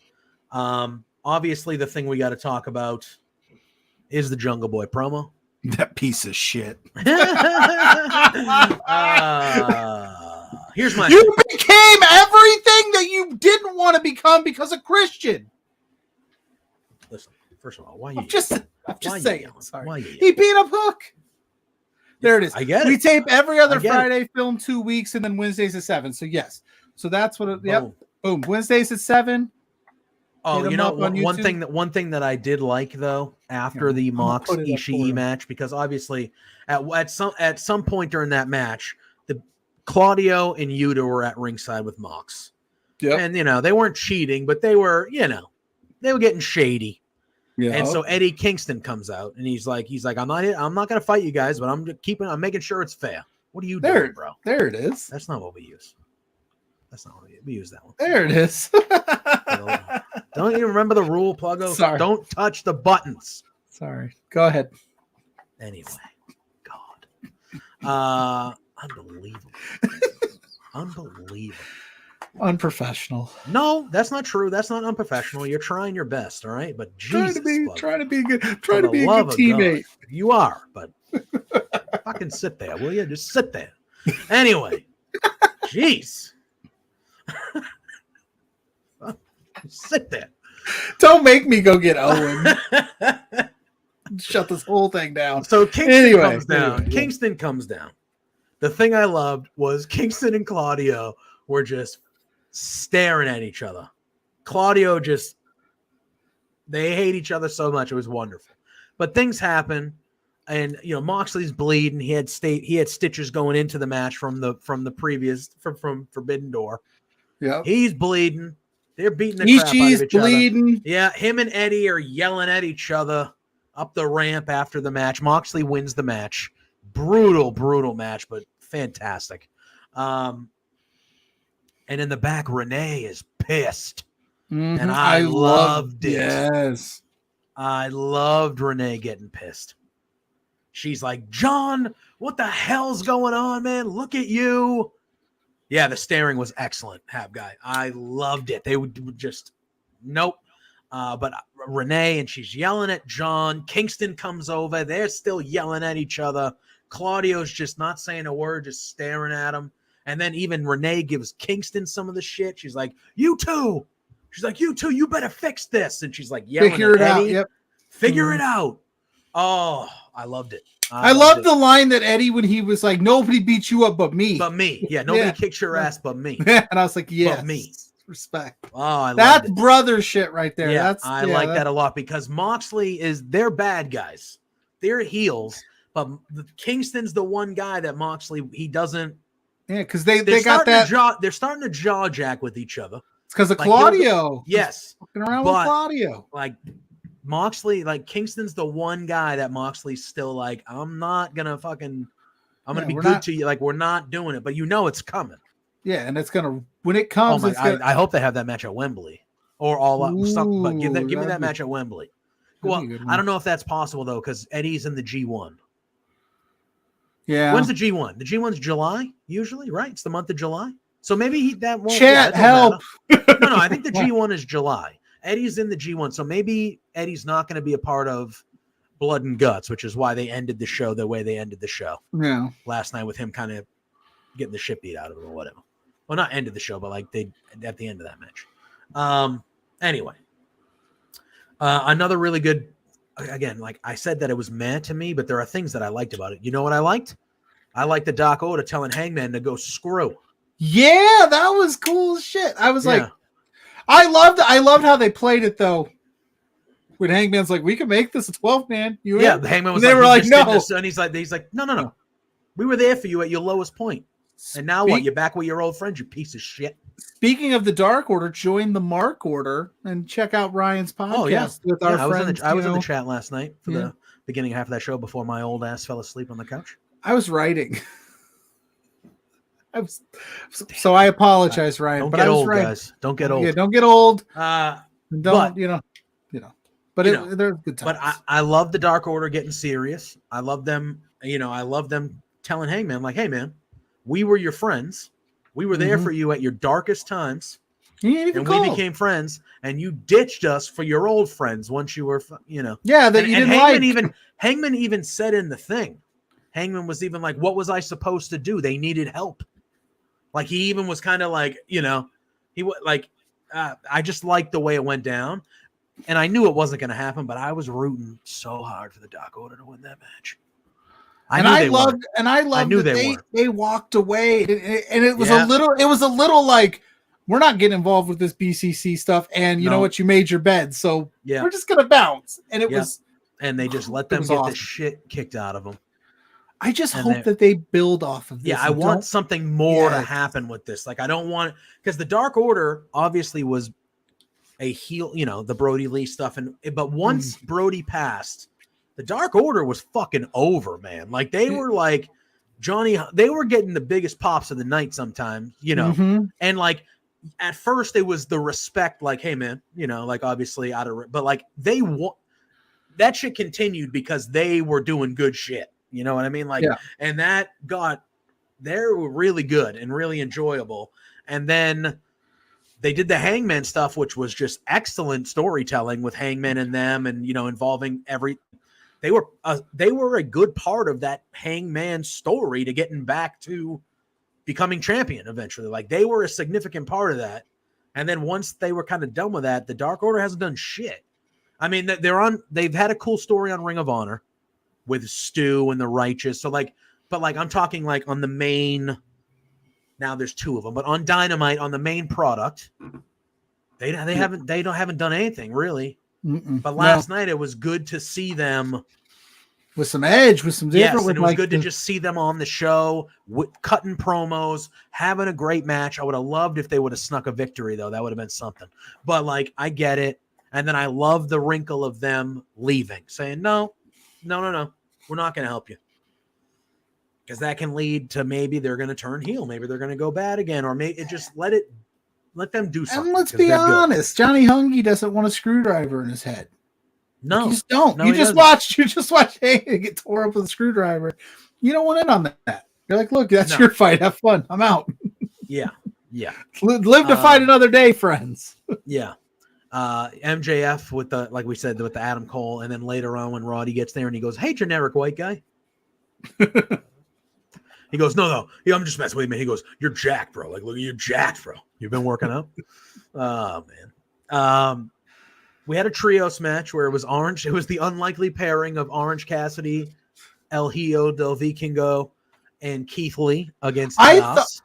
I initially had thought it was going to be Orange and just Vikingo 1-on-1 because I didn't see the pre-match card or anything. Yeah, and I was like, oh, and now Keith Lee's coming out too. What is this? Yeah, and I was like, that's a trio that I didn't ever think I would put together. But all right, this match is fine. This match was fine. I love Orange Cassidy. I love Keith Lee. What I've seen from Vikingo has been very impressive. I thought he didn't do as much stuff as I was expecting him to do. I get it. It was a trios match. Everyone's got to share the wealth. Right. I thought this match was fine. I didn't think it was anything to write home about. I'd have to look, but I think he's got some stuff coming up. You know, well, I think he has a big match with Kenny Omega, I believe, coming up. No, he has a big match with. Yeah, I think so. He's got Warrior coming up. I think Friday. Maybe he was just like, I'm gonna take it easy. I don't want to mess up these other bookies. But yeah, 6-man. You can't expect him to pull out everything.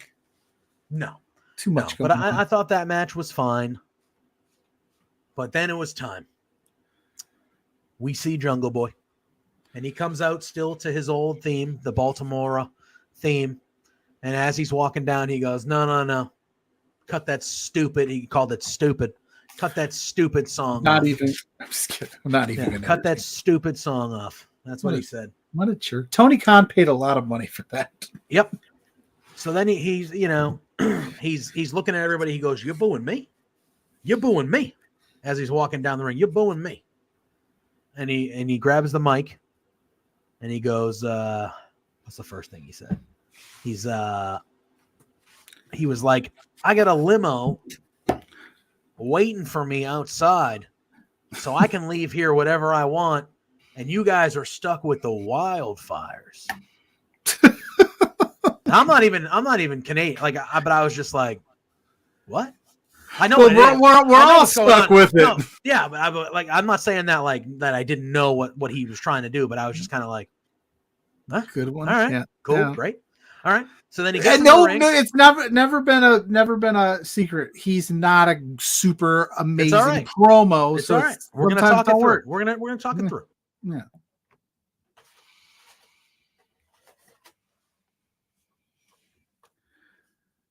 We lost JPJ again there. What's going on? I hate my microphone. You can hear me. I hate my microphone. All right, anyway, it's live, folks. This shit happens. So then it was the next line, which there were people that had a problem with this line. I didn't have a problem with this line in the way that some people had a problem with this line. It just, these first, and I thought it wasn't a great promo. All right. But I thought Jack got better as it went.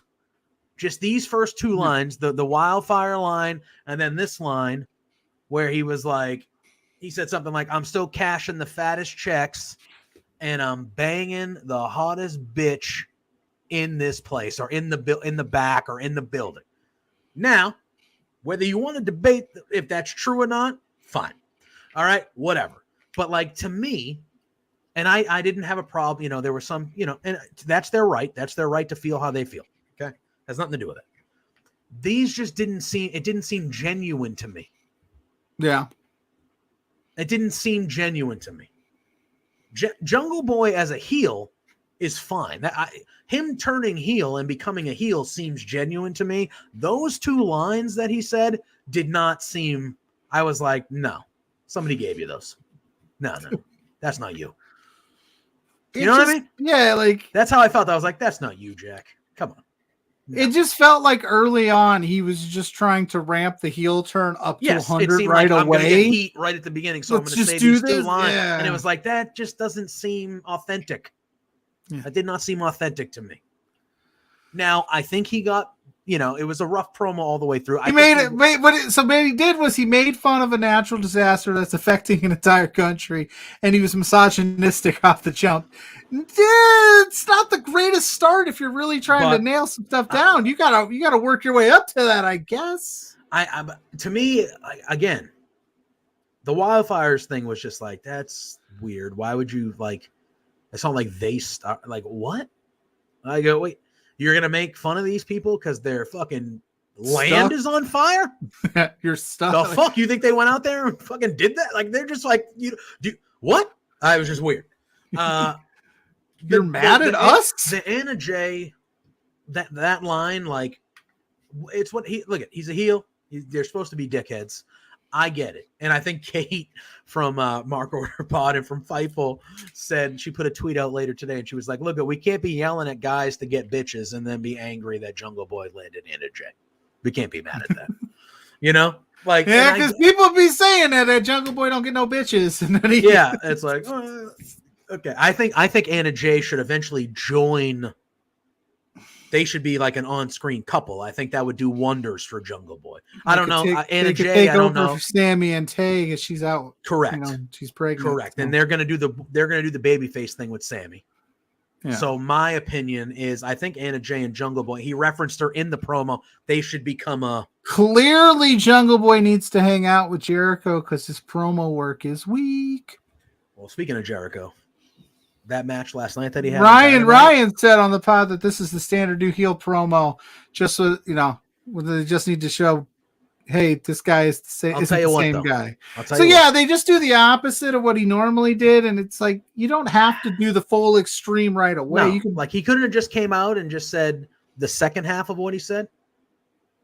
I had no problem with the second half of what he said when he was saying I've been losing. Blah, blah, blah. You people gave up on me. The you people bullshit. You people gave up on me. Hook was rubbing it in my face that he was a champ. Whatever. That stuff I can.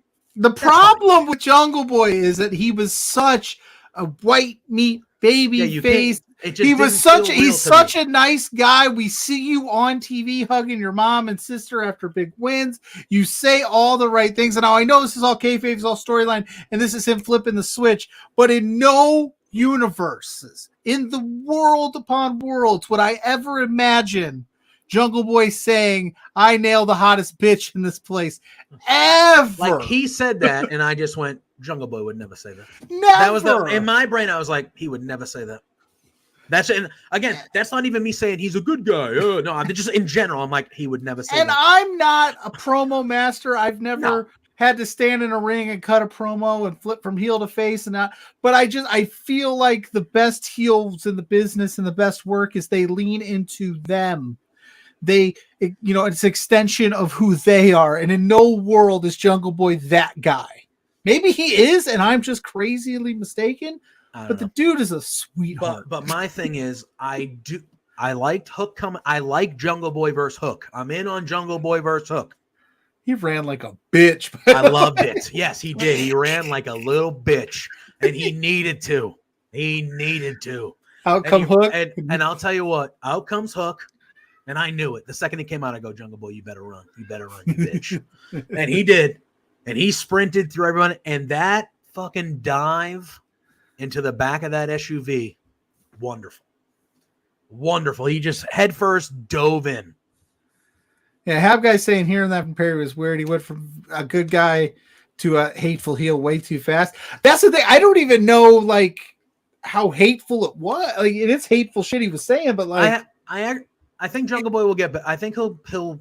I think it's not natural for him yet. But he has time to grow into the role, and they're going to give him time to grow into the role, and he will.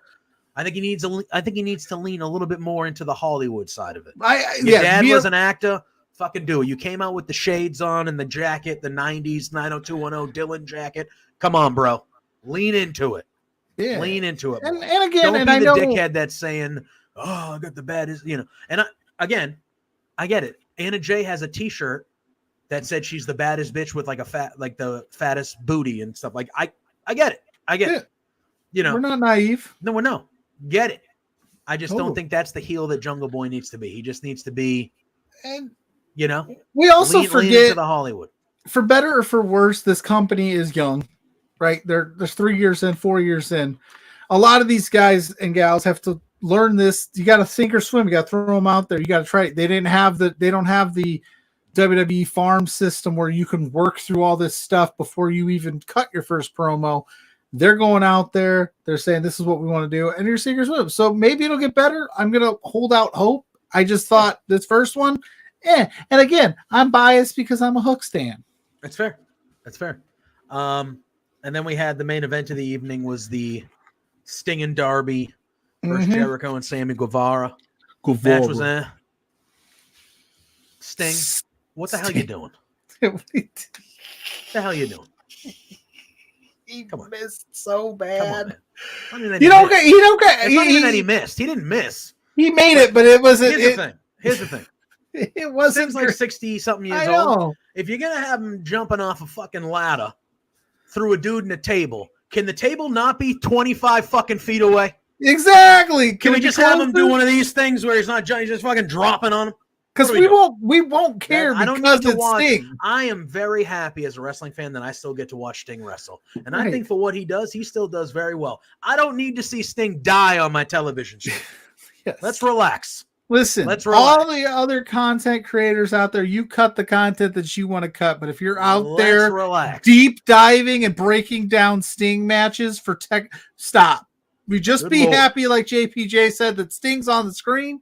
So I don't care if he does the Jericho into cardboard boxes spot at Blood and Guts. I ain't knocking the man. I'm not doing it. He after the show, if he beats a Hook, he told the crowd that he'll probably need stitches and he might have lost a tooth. Now, in the scheme of things, could have been worse. Could have been a lot worse in the scheme of things. However, that man is almost 60. He's almost at retirement age. Let's relax. I'm sure he wants to do these spots. Oh yeah, let's help him safer. Yeah, he's old. He's old.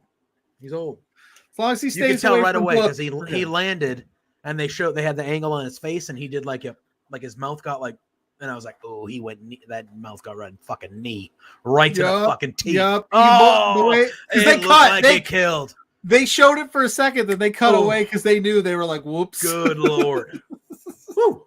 Anyway, all right. Other than that, that was Dynamite. Again, wasn't a bad show. It was just very. Oh my goodness.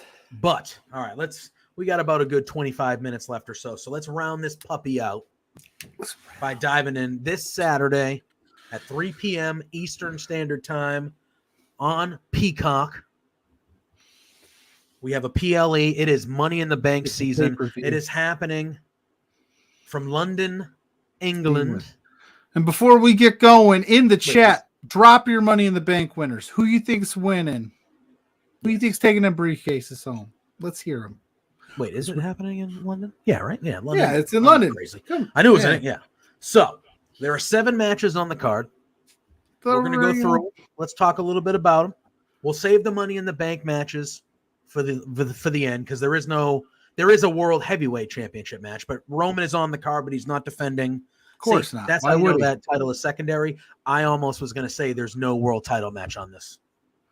I was almost. And the fact that he's carrying around all 3 belts is just. He's not. He only carries the one. Heyman carries the other 2. Still, Roman only has the obnoxious. One. Okay. So we have 7 matches. We'll start with just the way Wikipedia is given to me. All right. We have a singles match. I believe this is the match that was the newest added match for the WWE Intercontinental Championship. It will be Gunther defending against Matt Riddle. I think, first of all, this match should be very good. I mean, should be very good. Both these guys are very good at what they do. The story for this doesn't matter. I think this is just, hey, I don't think they have a story left for Riddle until Randy Orton comes back. I think that's what's happening right now. Is they're just like, hey, Riddle's back. He's doing better, hopefully, personally, And that's probably part of it. We want to get him on the shows because he's popular. He gets cheers. He sells merch. Like he's part of the show, right? And I think him versus Gunther, you could do a lot worse than that. You can do a lot worse. I think we all think Gunther's going to win and continue his streak. Like I don't think Matt Riddle's going to be the guy that takes the IC title off of Gunther. No. But I expect this match to be a pretty entertaining, pretty hard fought. They'll be, they're both with the chops and the strikes. It should be pretty hard hitting. I expect it to be all right. I expect it to be a pretty decent match. As far as like investment to the story for me, okay. Yeah, I'm whatever. I think Gunther's winning hand. I mean, no disrespect to Riddle, but I don't think this is the spot that you make that decision. No. That's all I'm going to say. I don't have a ton to break down on this. That's it. Yeah. We saw a returning Liv Morgan to SmackDown last week, which was nice to see. And her former tag team partner, and they never lost those tag titles. They never lost the tag titles. Had to give them up technically. But I think they would have. 100%, 1,000% would have.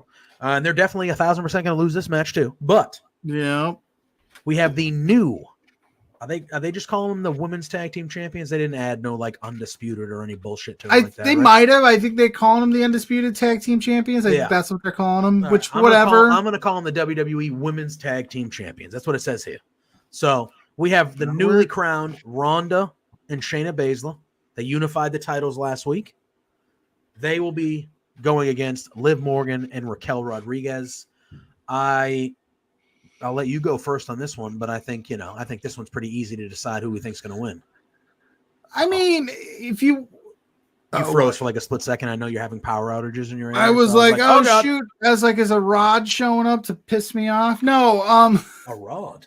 I call the rods, they could pull the good feeling moment. Liv's back. They get a win. They get their titles back. And then, because, Shayna and Ronda, I think this is a perfect use for Ronda Rousey if she's not going to get any better, right? Put her with Shayna, let them run the tag division, add some legitimacy, add some credit to that. So I think maybe they hold those things. SummerSlam, maybe run this back with Liv and Raquel. I wouldn't be mad at that. Who knows? We'll see what goes. But I ultimately think it's staying home with Ronda and Shayna. Yeah, almost said Ronda and Liv. That'd be a team. That'd be a team. Agree. Oh yeah, I would love it. All right, we have Cody Rhodes. Do it. Come on. I'm gonna let you just. I'm just gonna let Dominic Mysterio. How do you feel about this, JPJ? I feel Cody's gonna win. How do you feel about Cody being in this spot with Dom? Come on. I mean, look. I've already said my piece. I think it is a fall from grace. That's what I think. Something. The guy should have won the world title 2 months ago at WrestleMania. And don't get me wrong, I'm pro Dom. I like Dom. I think Dom could have made an argument that he could have been in the men's Money in the Bank and won. Match. You could have made an argument for it. I like Dom. I've said it enough, but no. But no. That's all I got. What I want to happen here, I'll let you talk about the match because I have something that I want to happen during this match. I think I might have even said it on this show, like what I want to happen. All I know is Cody Rhodes thought Brock Lesnar was a tough test. Dominic I think I said that I thought Cody was going to win. I think it can go either way, pending. But here, it would need some Rhea involvement. I think. Rhea, I'm assuming, will be there. She does not have a match on this card. Yeah, so that would be where like Rhea would get involved, and then Mysterio steals one. But here's the problem with that: then you got to extend this a little bit, and then are we really going into SummerSlam with Cody and Dominic Mysterio? You know what I'm saying? Well, I think there will be some Brock Lesnar involvement. Okay, is that what you're thinking? It's going to happen? I'm because thinking there will be London. Some it's going to be huge. Involvement. I could see Brock again. It's a singles match, so there would have to be a ref bump or something like that. But I could see Brock getting involved to the point where they give Dominic a victory, like a victory that he can really sit on and like make the crowd hate him even more. Like he's like, I'd be Cody Rhodes, guys. Then we get like Cody and Brock at SummerSlam. Yes, and like I think that's stipulation match. Correct. That's what they're saying is they're going to have a cage stipulation match. or... I think the rumor was that it's going to be like, I don't know what it is, but it's going to be an old school stipulation. Like a dog collar type old school, like his dad. I don't think they'll go dog collar. I feel like AEW's kind of doing maybe like a Texas bull rope match or a something that's going to keep them together. And it's going to keep them together. I got you. That'd be cool too. So are we both just saying Dom's winning via some disqualification? Because that's what happens. I don't know if Cody's going to win and then Brock attacks afterwards, but I think you can do it properly to where you can kind of give Dom a win so he can still be a fucking asshole when you see him next time. Right. You know what I mean? And he'll be Fair. like, he'll tell us that he beat Cody Rhodes for the rest of the time. For the rest of the Which time. would get awesome heat, which is what he And needs. he I already love gets that awesome heat. They don't even All right. let him talk. I know, and he has to whisper to Rhea. That's a beautiful new Rhea. Yeah, like I love what they're doing. If he beats Cody, even that's better. going to get even worse. So I maybe think there's a way you can do it if they make it happen. You give Dom the win because of Brock, and then that clearly pisses Cody off. You can give Cody his win back on the road to SummerSlam on a Raw or on a whatever. They can go one-on-one, and Cody can beat him. So but right that could now, lead to where you're going. we've talked about 3 matches and 3 heels have won. We have 3 heels winning, so nobody's happy yet. No, Nobody's pumped. well, London might be happy. I feel like London likes London's going to be, England. They're gonna be happy. They're gonna be happy to have an awesome show. But I'm just saying, so far, we're gonna get the run here. I think. All right, so we have a singles match for the World Heavyweight Championship. I think Seth Rollins will be. I think Finn Balor is going to be the one getting cheered here. They're in England. I know he's from Ireland, but they're over in his neck of the near his neck of the woods. I could see Finn Balor getting the crowd behind him. But I could see London just chanting that Seth Rollins. Of course, for like 20 minutes. That'd be crazy. So Sully, hilarious comment. It is very funny. Get your mind out of the gutter, friend. Grow up, Ryan. Where are my stickers? Unbelievable. What do you expect? And we love Ryan. We love the Mark Order. He does a great job. Huge fan. Been on the show, but he's a Rads fan. That's Rads type humor, bro. That's Rads. Listen, you guys can continue that war all you want. I'm ready to talk. I'm talking some wrestling. Let's talk. I have something that I want to happen in this match too. Finn Balor win? No. No. He should not. No, he shouldn't. But he should eventually win that title. Yes. He shouldn't win here, but I wouldn't be disappointed if he did. I like Finn. No, I would not. No disrespect to Seth. I just think it's that they've done such a good job telling it that Finn winning would be great. Yeah, never grow up. That's what we're sitting here talking about. Right? Humor, it is. Yeah, that his mic's out again. That's that Shayne Hawke South Park humor we talked about earlier. Yeah, never grow up, Ryan. We just giving you a hard time. I'm never. We're sitting here talking about wrestling, professional wrestling. All right. So Seth and Finn Balor, should be a banger. Should be incredible. I do like this story that they're doing because obviously they were in the first ever Universal Championship match. So I like that they're giving this some run here. I think Finn Balor is a good first real feud post champion. Winning the belt for Seth. We under the assumption that Seth is keeping this belt. He's not leaving. He just won the. Here's what I want. I'm just saying. I think if Finn won, I wouldn't be mad. Here's my fantasy booking. Seth Rollins wins, and we get a returning Drew McIntyre beats the shit out of Seth Rollins in England. He's been off. He got drafted to Raw. Yes, he did. Did he? Got drafted to Raw, has not been on Raw. Seth is going to need another challenger after Finn. You're telling me Seth Rollins versus Drew McIntyre at SummerSlam? I'm in on that. Yeah. Heel Drew? Give me it. Scottish Psychopath returns? I'd be game. Maybe, whatever, but give me it. I think that's what. How's he going to do that when he's doing All In? Oh, well, I mean, hey, that could happen. I don't know. But I'm saying if you're bringing Drew back, you want to keep Drew, which I would assume WWE wants to keep that guy. Why would you not? Right. I think on Raw, make him turn heel, have him beat the crap out of Seth. I wouldn't even be opposed if Drew eventually won that title from Seth and they traded it back and forth at some point. But give me heel Drew coming in and beating the crap out of Seth Rollins after this match. Lock it That'd in. Be nice. All right. Then we have the Civil War. It's a Civil War, guys. Bloodline Civil War. It will be Roman Reigns. Why you say it like that? That's how I talk. That's why I say it like that. Civil War. Civil War. That Boston's coming out. War. Anyway. It is Roman Reigns and Solo Sikoa taking on Jimmy and Jay, the Usos. Usos. This should be great. The drama in it should be great. What do you think happens here? So I was, perusing the interwebs, and I saw some report that they're weighing their options with two drastically different finishes for this match. I wonder if one of them is a clean is the finish. Usos winning, and the other one is Roman and Solo winning, because those would be two drastically different. Endings, finishes, endings. I'm just kidding. But I'm saying, wouldn't that just a clean finish be nice in one of these matches? I don't know. That's not what Roman does. Roman doesn't win. I know, but he's got to win, right? Does he? I mean, it's not for the title. So you're gonna have Solo eat the pin? He could. Yeah. This is tough. Okay, so we're here's in the a weird spot with this, aren't we? The Usos they're out. They're out. They both attacked Roman. They're out.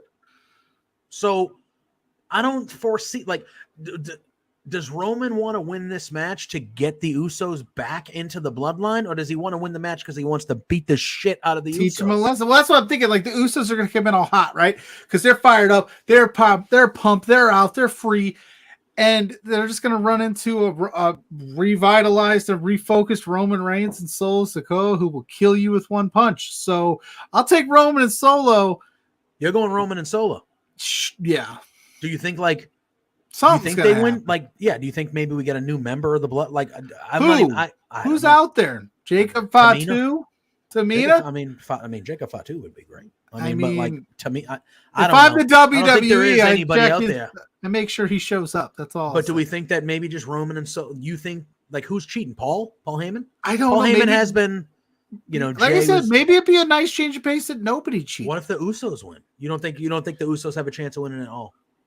Not even that. I think they have a shot. I just can't see Roman. Let us know in the chat. What do you think? Taking this loss? Yeah, I know. Yeah, you're gonna lose the bloodline civil war. What does that mean? That the Usos are now the leaders of the bloodline? Why are you calling it this? I don't know. Eventually, do we see that something happens during this match which has Solo leave Roman? Because I'm no. What if Roman and Solo are gonna win, or they win the match, and then Roman is asking Solo to do really bad, violent shit to the Usos, which are his brothers, and Solo goes, he's let's out. Fucking relax, right? Let's relax. We don't have to do this. They're my brothers, and then everybody's out. Yeah, because Roman eventually is going to have to fight these guys solo again, right? No pun intended. Yeah, I would think you'd have to make your way around. That's where you're going, right? Solo and Roman eventually, and it's going to it should end with Jay. Now at this point, where we are, yeah. But isn't a civil war meant to one side wins? One side wins and the other side. I'm no historian, but that's how it went down. And then you still were one, but this is what we're doing now. So they call. I don't know. I just don't see it here is where Jimmy and Jay get the big one, and I then don't what? necessarily disagree. Well, then what?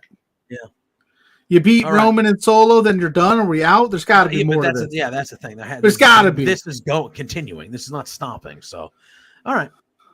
We then have the Money in the Bank ladder match. On the women's maybe side. the Usos. I'm sorry. Maybe the Usos. Maybe this is they lose the match, and Jimmy or something's look, man. Clearly, you can't do this by yourself. Fight me at SummerSlam 1-on-1 for the title. Just us. Something. Maybe where they finally call out Roman for doing this with 900 other people and never doing it by himself. Boom. Yeah. I don't know. Crazy to me. I mean, again, that's us choosing the heels. Yeah, I know. Jesus All the Christ. bad guys are winning. All the bad guys. All right, we have the women's. If you're in London, you're just happy to have a show. You don't care who wins. We have the women's Money in the Bank ladder match. The participants are Zelina Vega, Becky Lynch, Zoe Stark, Bailey, Io Sky, and Trish Stratus, baby. I would love Trish to win it. Sorry, Zelina. She's not going to, but I would love Trish to win it. That would be so cool. Anyway. Well, you could do Zoe winning it on Trish's behalf. You could do something. Well, my thing is, I think Becky, Zoe, and Trish are going to eliminate. I think they're going to cancel each other out. Okay, so we're 'Cause down that's to the- just they're feuding. That's going to be the summer. So I think the three of them somehow are they're canceling each so other it's out. Bailey, Becky, and Zelina in your world. No, I'm I mean, sorry. I You would just even said have Becky's. no. I'm sorry. You said Becky's canceling out. I apologize. That's Yeah. I think Zoe Stark and Trish are going to try to take Becky out, and I think all three of them will eventually they'll be non-factors because of what's okay. happening there. So that leaves Zelina, Bailey and Io, and Bailey Io and Bailey are on the Io, same. They're on but what's going to happen is I think at some point during this match, Io is going to have a chance to win, and Bailey's going to, or vice versa, something. I think I think like most people, I feel like a lot of people think Io Sky is going to win this, and I think she probably should. I would not be against any of these women winning, to be honest with you. In your scenario, I like Io winning and keeping Bailey as a heel because I think she's doing. I think that creates the friction between Io and Bailey, and then Bailey eventually will challenge Io, or they'll fight for the briefcase, or if Io cashes it in, hopefully they let her hold the briefcase for a while, for crying out loud. But like, let the women's briefcase sit for a little bit, guys. Like for more than a day. How about that? How about we give it a 2 months? 2 months? Come on, can we? Anyway, but I both of these Money in the Bank matches, I love the people that are in them because Bailey's been world champion before. Obviously, Trish has been world champion. Well, before, but like, there's a lot of new blood in these matches, and they're the people like, and we talked about this before, but Money in the Bank, like 8 of the participants, it's their first time or something like that between the two. Yes. Yeah. And Money in the Bank, when it was first created, was created for wrestlers that were on the come up, that were approaching main event level, and it was used as a vehicle to get one of those wrestlers to that main event level. Right. And then over time, Money in the Bank turned into, we're just going to have all the main eventers be in the Money in the Bank matches every year. That's what we're going to do. Yep. You're going to see Randy Orton every year, John Cena, Seth Rollins, Roman Reigns, Dean Ambrose. All these guys are going to be in there every year. And on the women's side, too, the same. I feel like this I think on the women's side of things, at least early on, they didn't have much of a choice. The women didn't have the matches, so it all felt new because they didn't have the matches. Yeah. And they didn't have the roster. Yes. Either. Yes. But I feel like this is the first time in I'm terrible with time, kind of how like Shayne Hawke said at the beginning, like I go by gaps of time, not just years or dates. But like, I feel like this is the first time in a long time where the Money in the Bank matches have those type of participants in them. Where it's like, okay, cool. This is somebody that's going to hopefully be new that might win a world title. You know what I mean? It's more so in the men's match than the women, because the women's match has Becky, Trish. It has former world champ. But I also think that fit the story. Correct. So it made sense. When you get to the men's side, which we'll talk about last here, we have everybody in that match has not been a world champion in WWE. You know what I mean? And I think you said I think 5 or 6 of them have never even been in a Money in the Bank match. Yeah, Logan Paul, LA Knight, Priest's first Santos one. Escobar, and Escobar is definitely. I think Shinsuke and Ricochet have been in them before. Yeah, those are the only 2 because they've been which Ricochet's obviously in that thing because he's Ricochet. He's gonna do some cool shit. It's gonna be awesome. On the women's side though, before we transition to the men's, where are you leaning? What do you think's gonna happen? Who do you think's winning it? Honestly, like if I had to pick, I want Zoe Stark to win. I just, or even if she won it, I like Zoe Stark. Even if she won it and she gifted it to Trish as a thank you, like whatever. I just love the image of her putting her on the map, winning the briefcase. You tell that story, but I'm not like over the moon about it. I'm trying to think so you got Rhea Ripley, you got Asuka. Does any of these make sense? Maybe you could have Becky. But you don't necessarily have to cash in. You can cash in against either one. Right. So that's what I'm saying. Like, okay, which one? Oh, yeah. You said Asuka and Io. I think Asuka and Io is.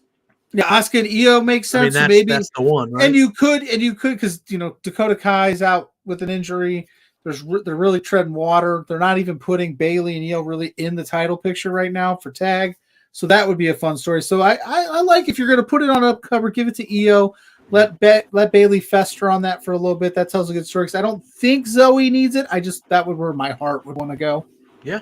I don't think like with it. the story they're telling. So yeah, that's what I'm just gonna say. Io, we'll go with Io. I like it. I like it. I don't know. And then the last match we'll talk about, and then we'll get out of here. The Money in the It is Bank. the Money in the Bank men's ladder match. It is Ricochet, Shinsuke Nakamura, LA Knight, Santos Escobar, Damian Priest, Logan Paul, and Butch. Now, if you watched the Josh Robinson and I, our WWE 2K sim, we had to do it a week early because Josh will be out of town this week. Butch won this thing. Hell yeah, dude. Good for him. Butch. Pete Dunne. Oh, hold on. Uh-oh. Is King Lou knocking? 100%. 100%. King Lou. He's like, hey, it's almost 10 o'clock. You're usually done by now. Let's go. Yeah, he's sick of me. But, okay, I'm very excited for this match. I think this match should be great. I love everybody in this match. Yeah. Obviously, they added Logan Paul last week, and he immediately jumped to the betting favorite. What if whoever wins, Roman got the piss beat out of him so bad that they cashed in, and then Roman's so furious at the Usos for cost. Dude, I don't know. I don't know. Making his presence felt. We got Sully in the chat saying he thinks Logan wins. Yeah. If Logan wins, the only reason I think it's a good idea. I don't think he needs it, but if you wanted to do it, it's the best visual. It gets you the media attention you need, and it also gives you an opportunity to extend the Money in the Bank because you know Logan's not going to be there every week, and it'll be at a point where you almost forget he has it, and then he shows back up at a big event and sneaks in. But is he really going to be like him cashing in on a Seth Rollins? Though would just be a tie into their story. It would continue that story, wouldn't it?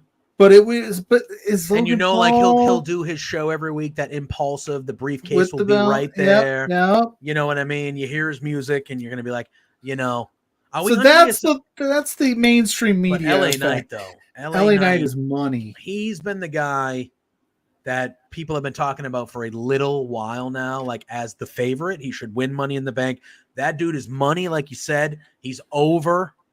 He is very over. And I understand completely why Logan Paul being added to this match makes sense. I understand completely why, like Sully says, Logan winning makes sense. Mm-hmm. I feel like LA Knight deserves it. And Ricochet, he got over on his own. Like, you know what I mean? Let's do process. They brought him up there as Max Dupree and shit. Yeah. And he had to do that crap. And then he became LA Knight, and they let him be him, and he organically got over because he's really good. He survived that Mountain Dew pitchback match. And that alone, they should give him that one just for that. His music hits, and that crowd goes bananas, and everyone is saying, yeah, let me talk to you. I mean, everything. He's got everything you want. Now, Ricochet's in it for cool shit, and we've seen what Ricochet can do with titles or whatever. Shinsuke's in it because he's going to do cool shit, and he's a former world champion. No, he's not. Oh my God, you're right. Well, he has an intercontinental champion, non-WWE, but he's obviously he's got a former world champion. I misspeak all the time. It's part of the show. No. I wouldn't mind Shinsuke winning. To be honest, I wouldn't either, but I don't think this is the move. I don't think that's the move. And then Butch. I love Butch, and you can get the hometown pop. He'll be in England. He's out that way. The problem I have with Butch / I still love calling him Pete Dunne is he hasn't really left that third wheel of the, not in a bad way, but the third member of the fight night, the Scrappy Doo part. Yeah. For me to believe if you give him the briefcase that drastically this guy becomes a instant contender for a world title. Obviously, by proxy, you have the briefcase, you're instant contender. But do I believe just based on the way they presented it? So you eliminate those three. We're talking Knight. We're talking Paul. Those are the two I'm leaning to. I would give it to LA Knight. Who did I just leave out there?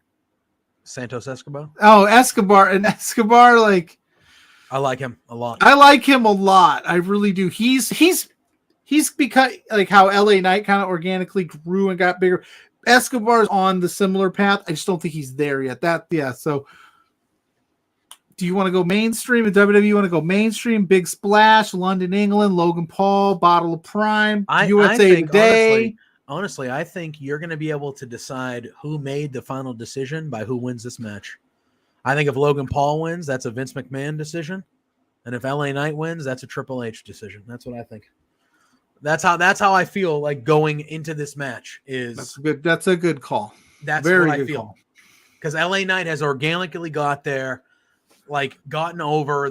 They've positioned him well. He's winning matches. He beat Rey Mysterio on SmackDown last week, for crying out loud. Like, he's winning matches. He's having good matches. He's organically over. They're presenting him as one of the next guys, right? And that is a Triple H thing.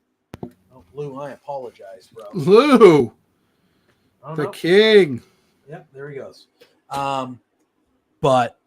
And there you go. Zach saying if Pete Dunne wins, it's a Zach Ralph decision. That would be me. Now, do you want Butch to win or do you want Pete Dunne to win? Because I would be way more pumped if it was Pete Dunne. If he came out, Pete Dunne, Bruiserweight. If he comes out in England, if that's the way they do it, if they did that, hey, we're in your hometown. You're coming out to the fucking Bruiserweight. You're the Bruiserweight. I will shit my pants.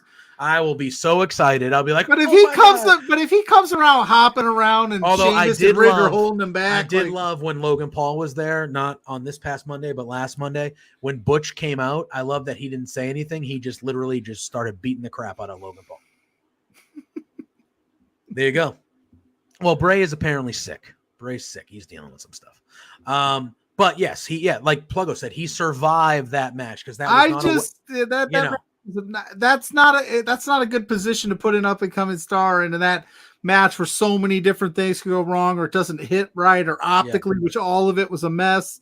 And he was able to overcome that and become like one of the faces of SmackDown right now. Like give him the damn briefcase. Put the briefcase on him, you cowards. Why not?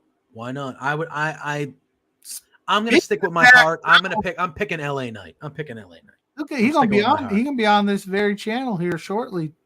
Zach, yes, he is. Well, why don't you remind the people that he's gonna be coming on, and then plug our stuff because we're gonna get out of here. Yeah, we gotta go. We had a long one. We had Shayne Hawke on, and he was on. Yeah, he told us 30 minutes. He almost went an hour. Yeah, he was firing to go. We weren't gonna stop. Real good shit.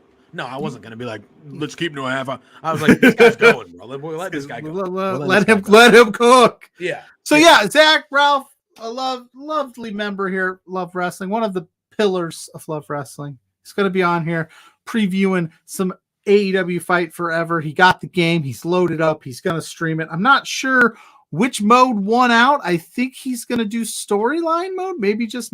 Oh, the Road to the Elite? Maybe. I don't know. You got to find out. But you stay on this channel at some point after we get off, as soon as he locks it in. Have some more fun with Zach. Zach's a good guy.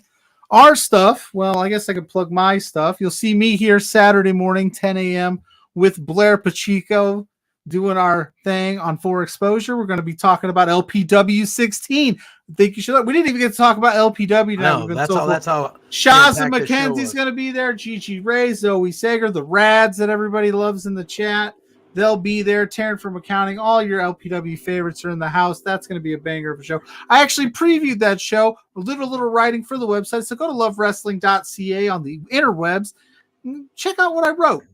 Tell me if you love it. Pluggo did a nice preview. Thank you. I tried. Go check it out. So that's what I got going on. You can find me, Pluggo, on all the social medias. Just search Pluggo. You'll see this face.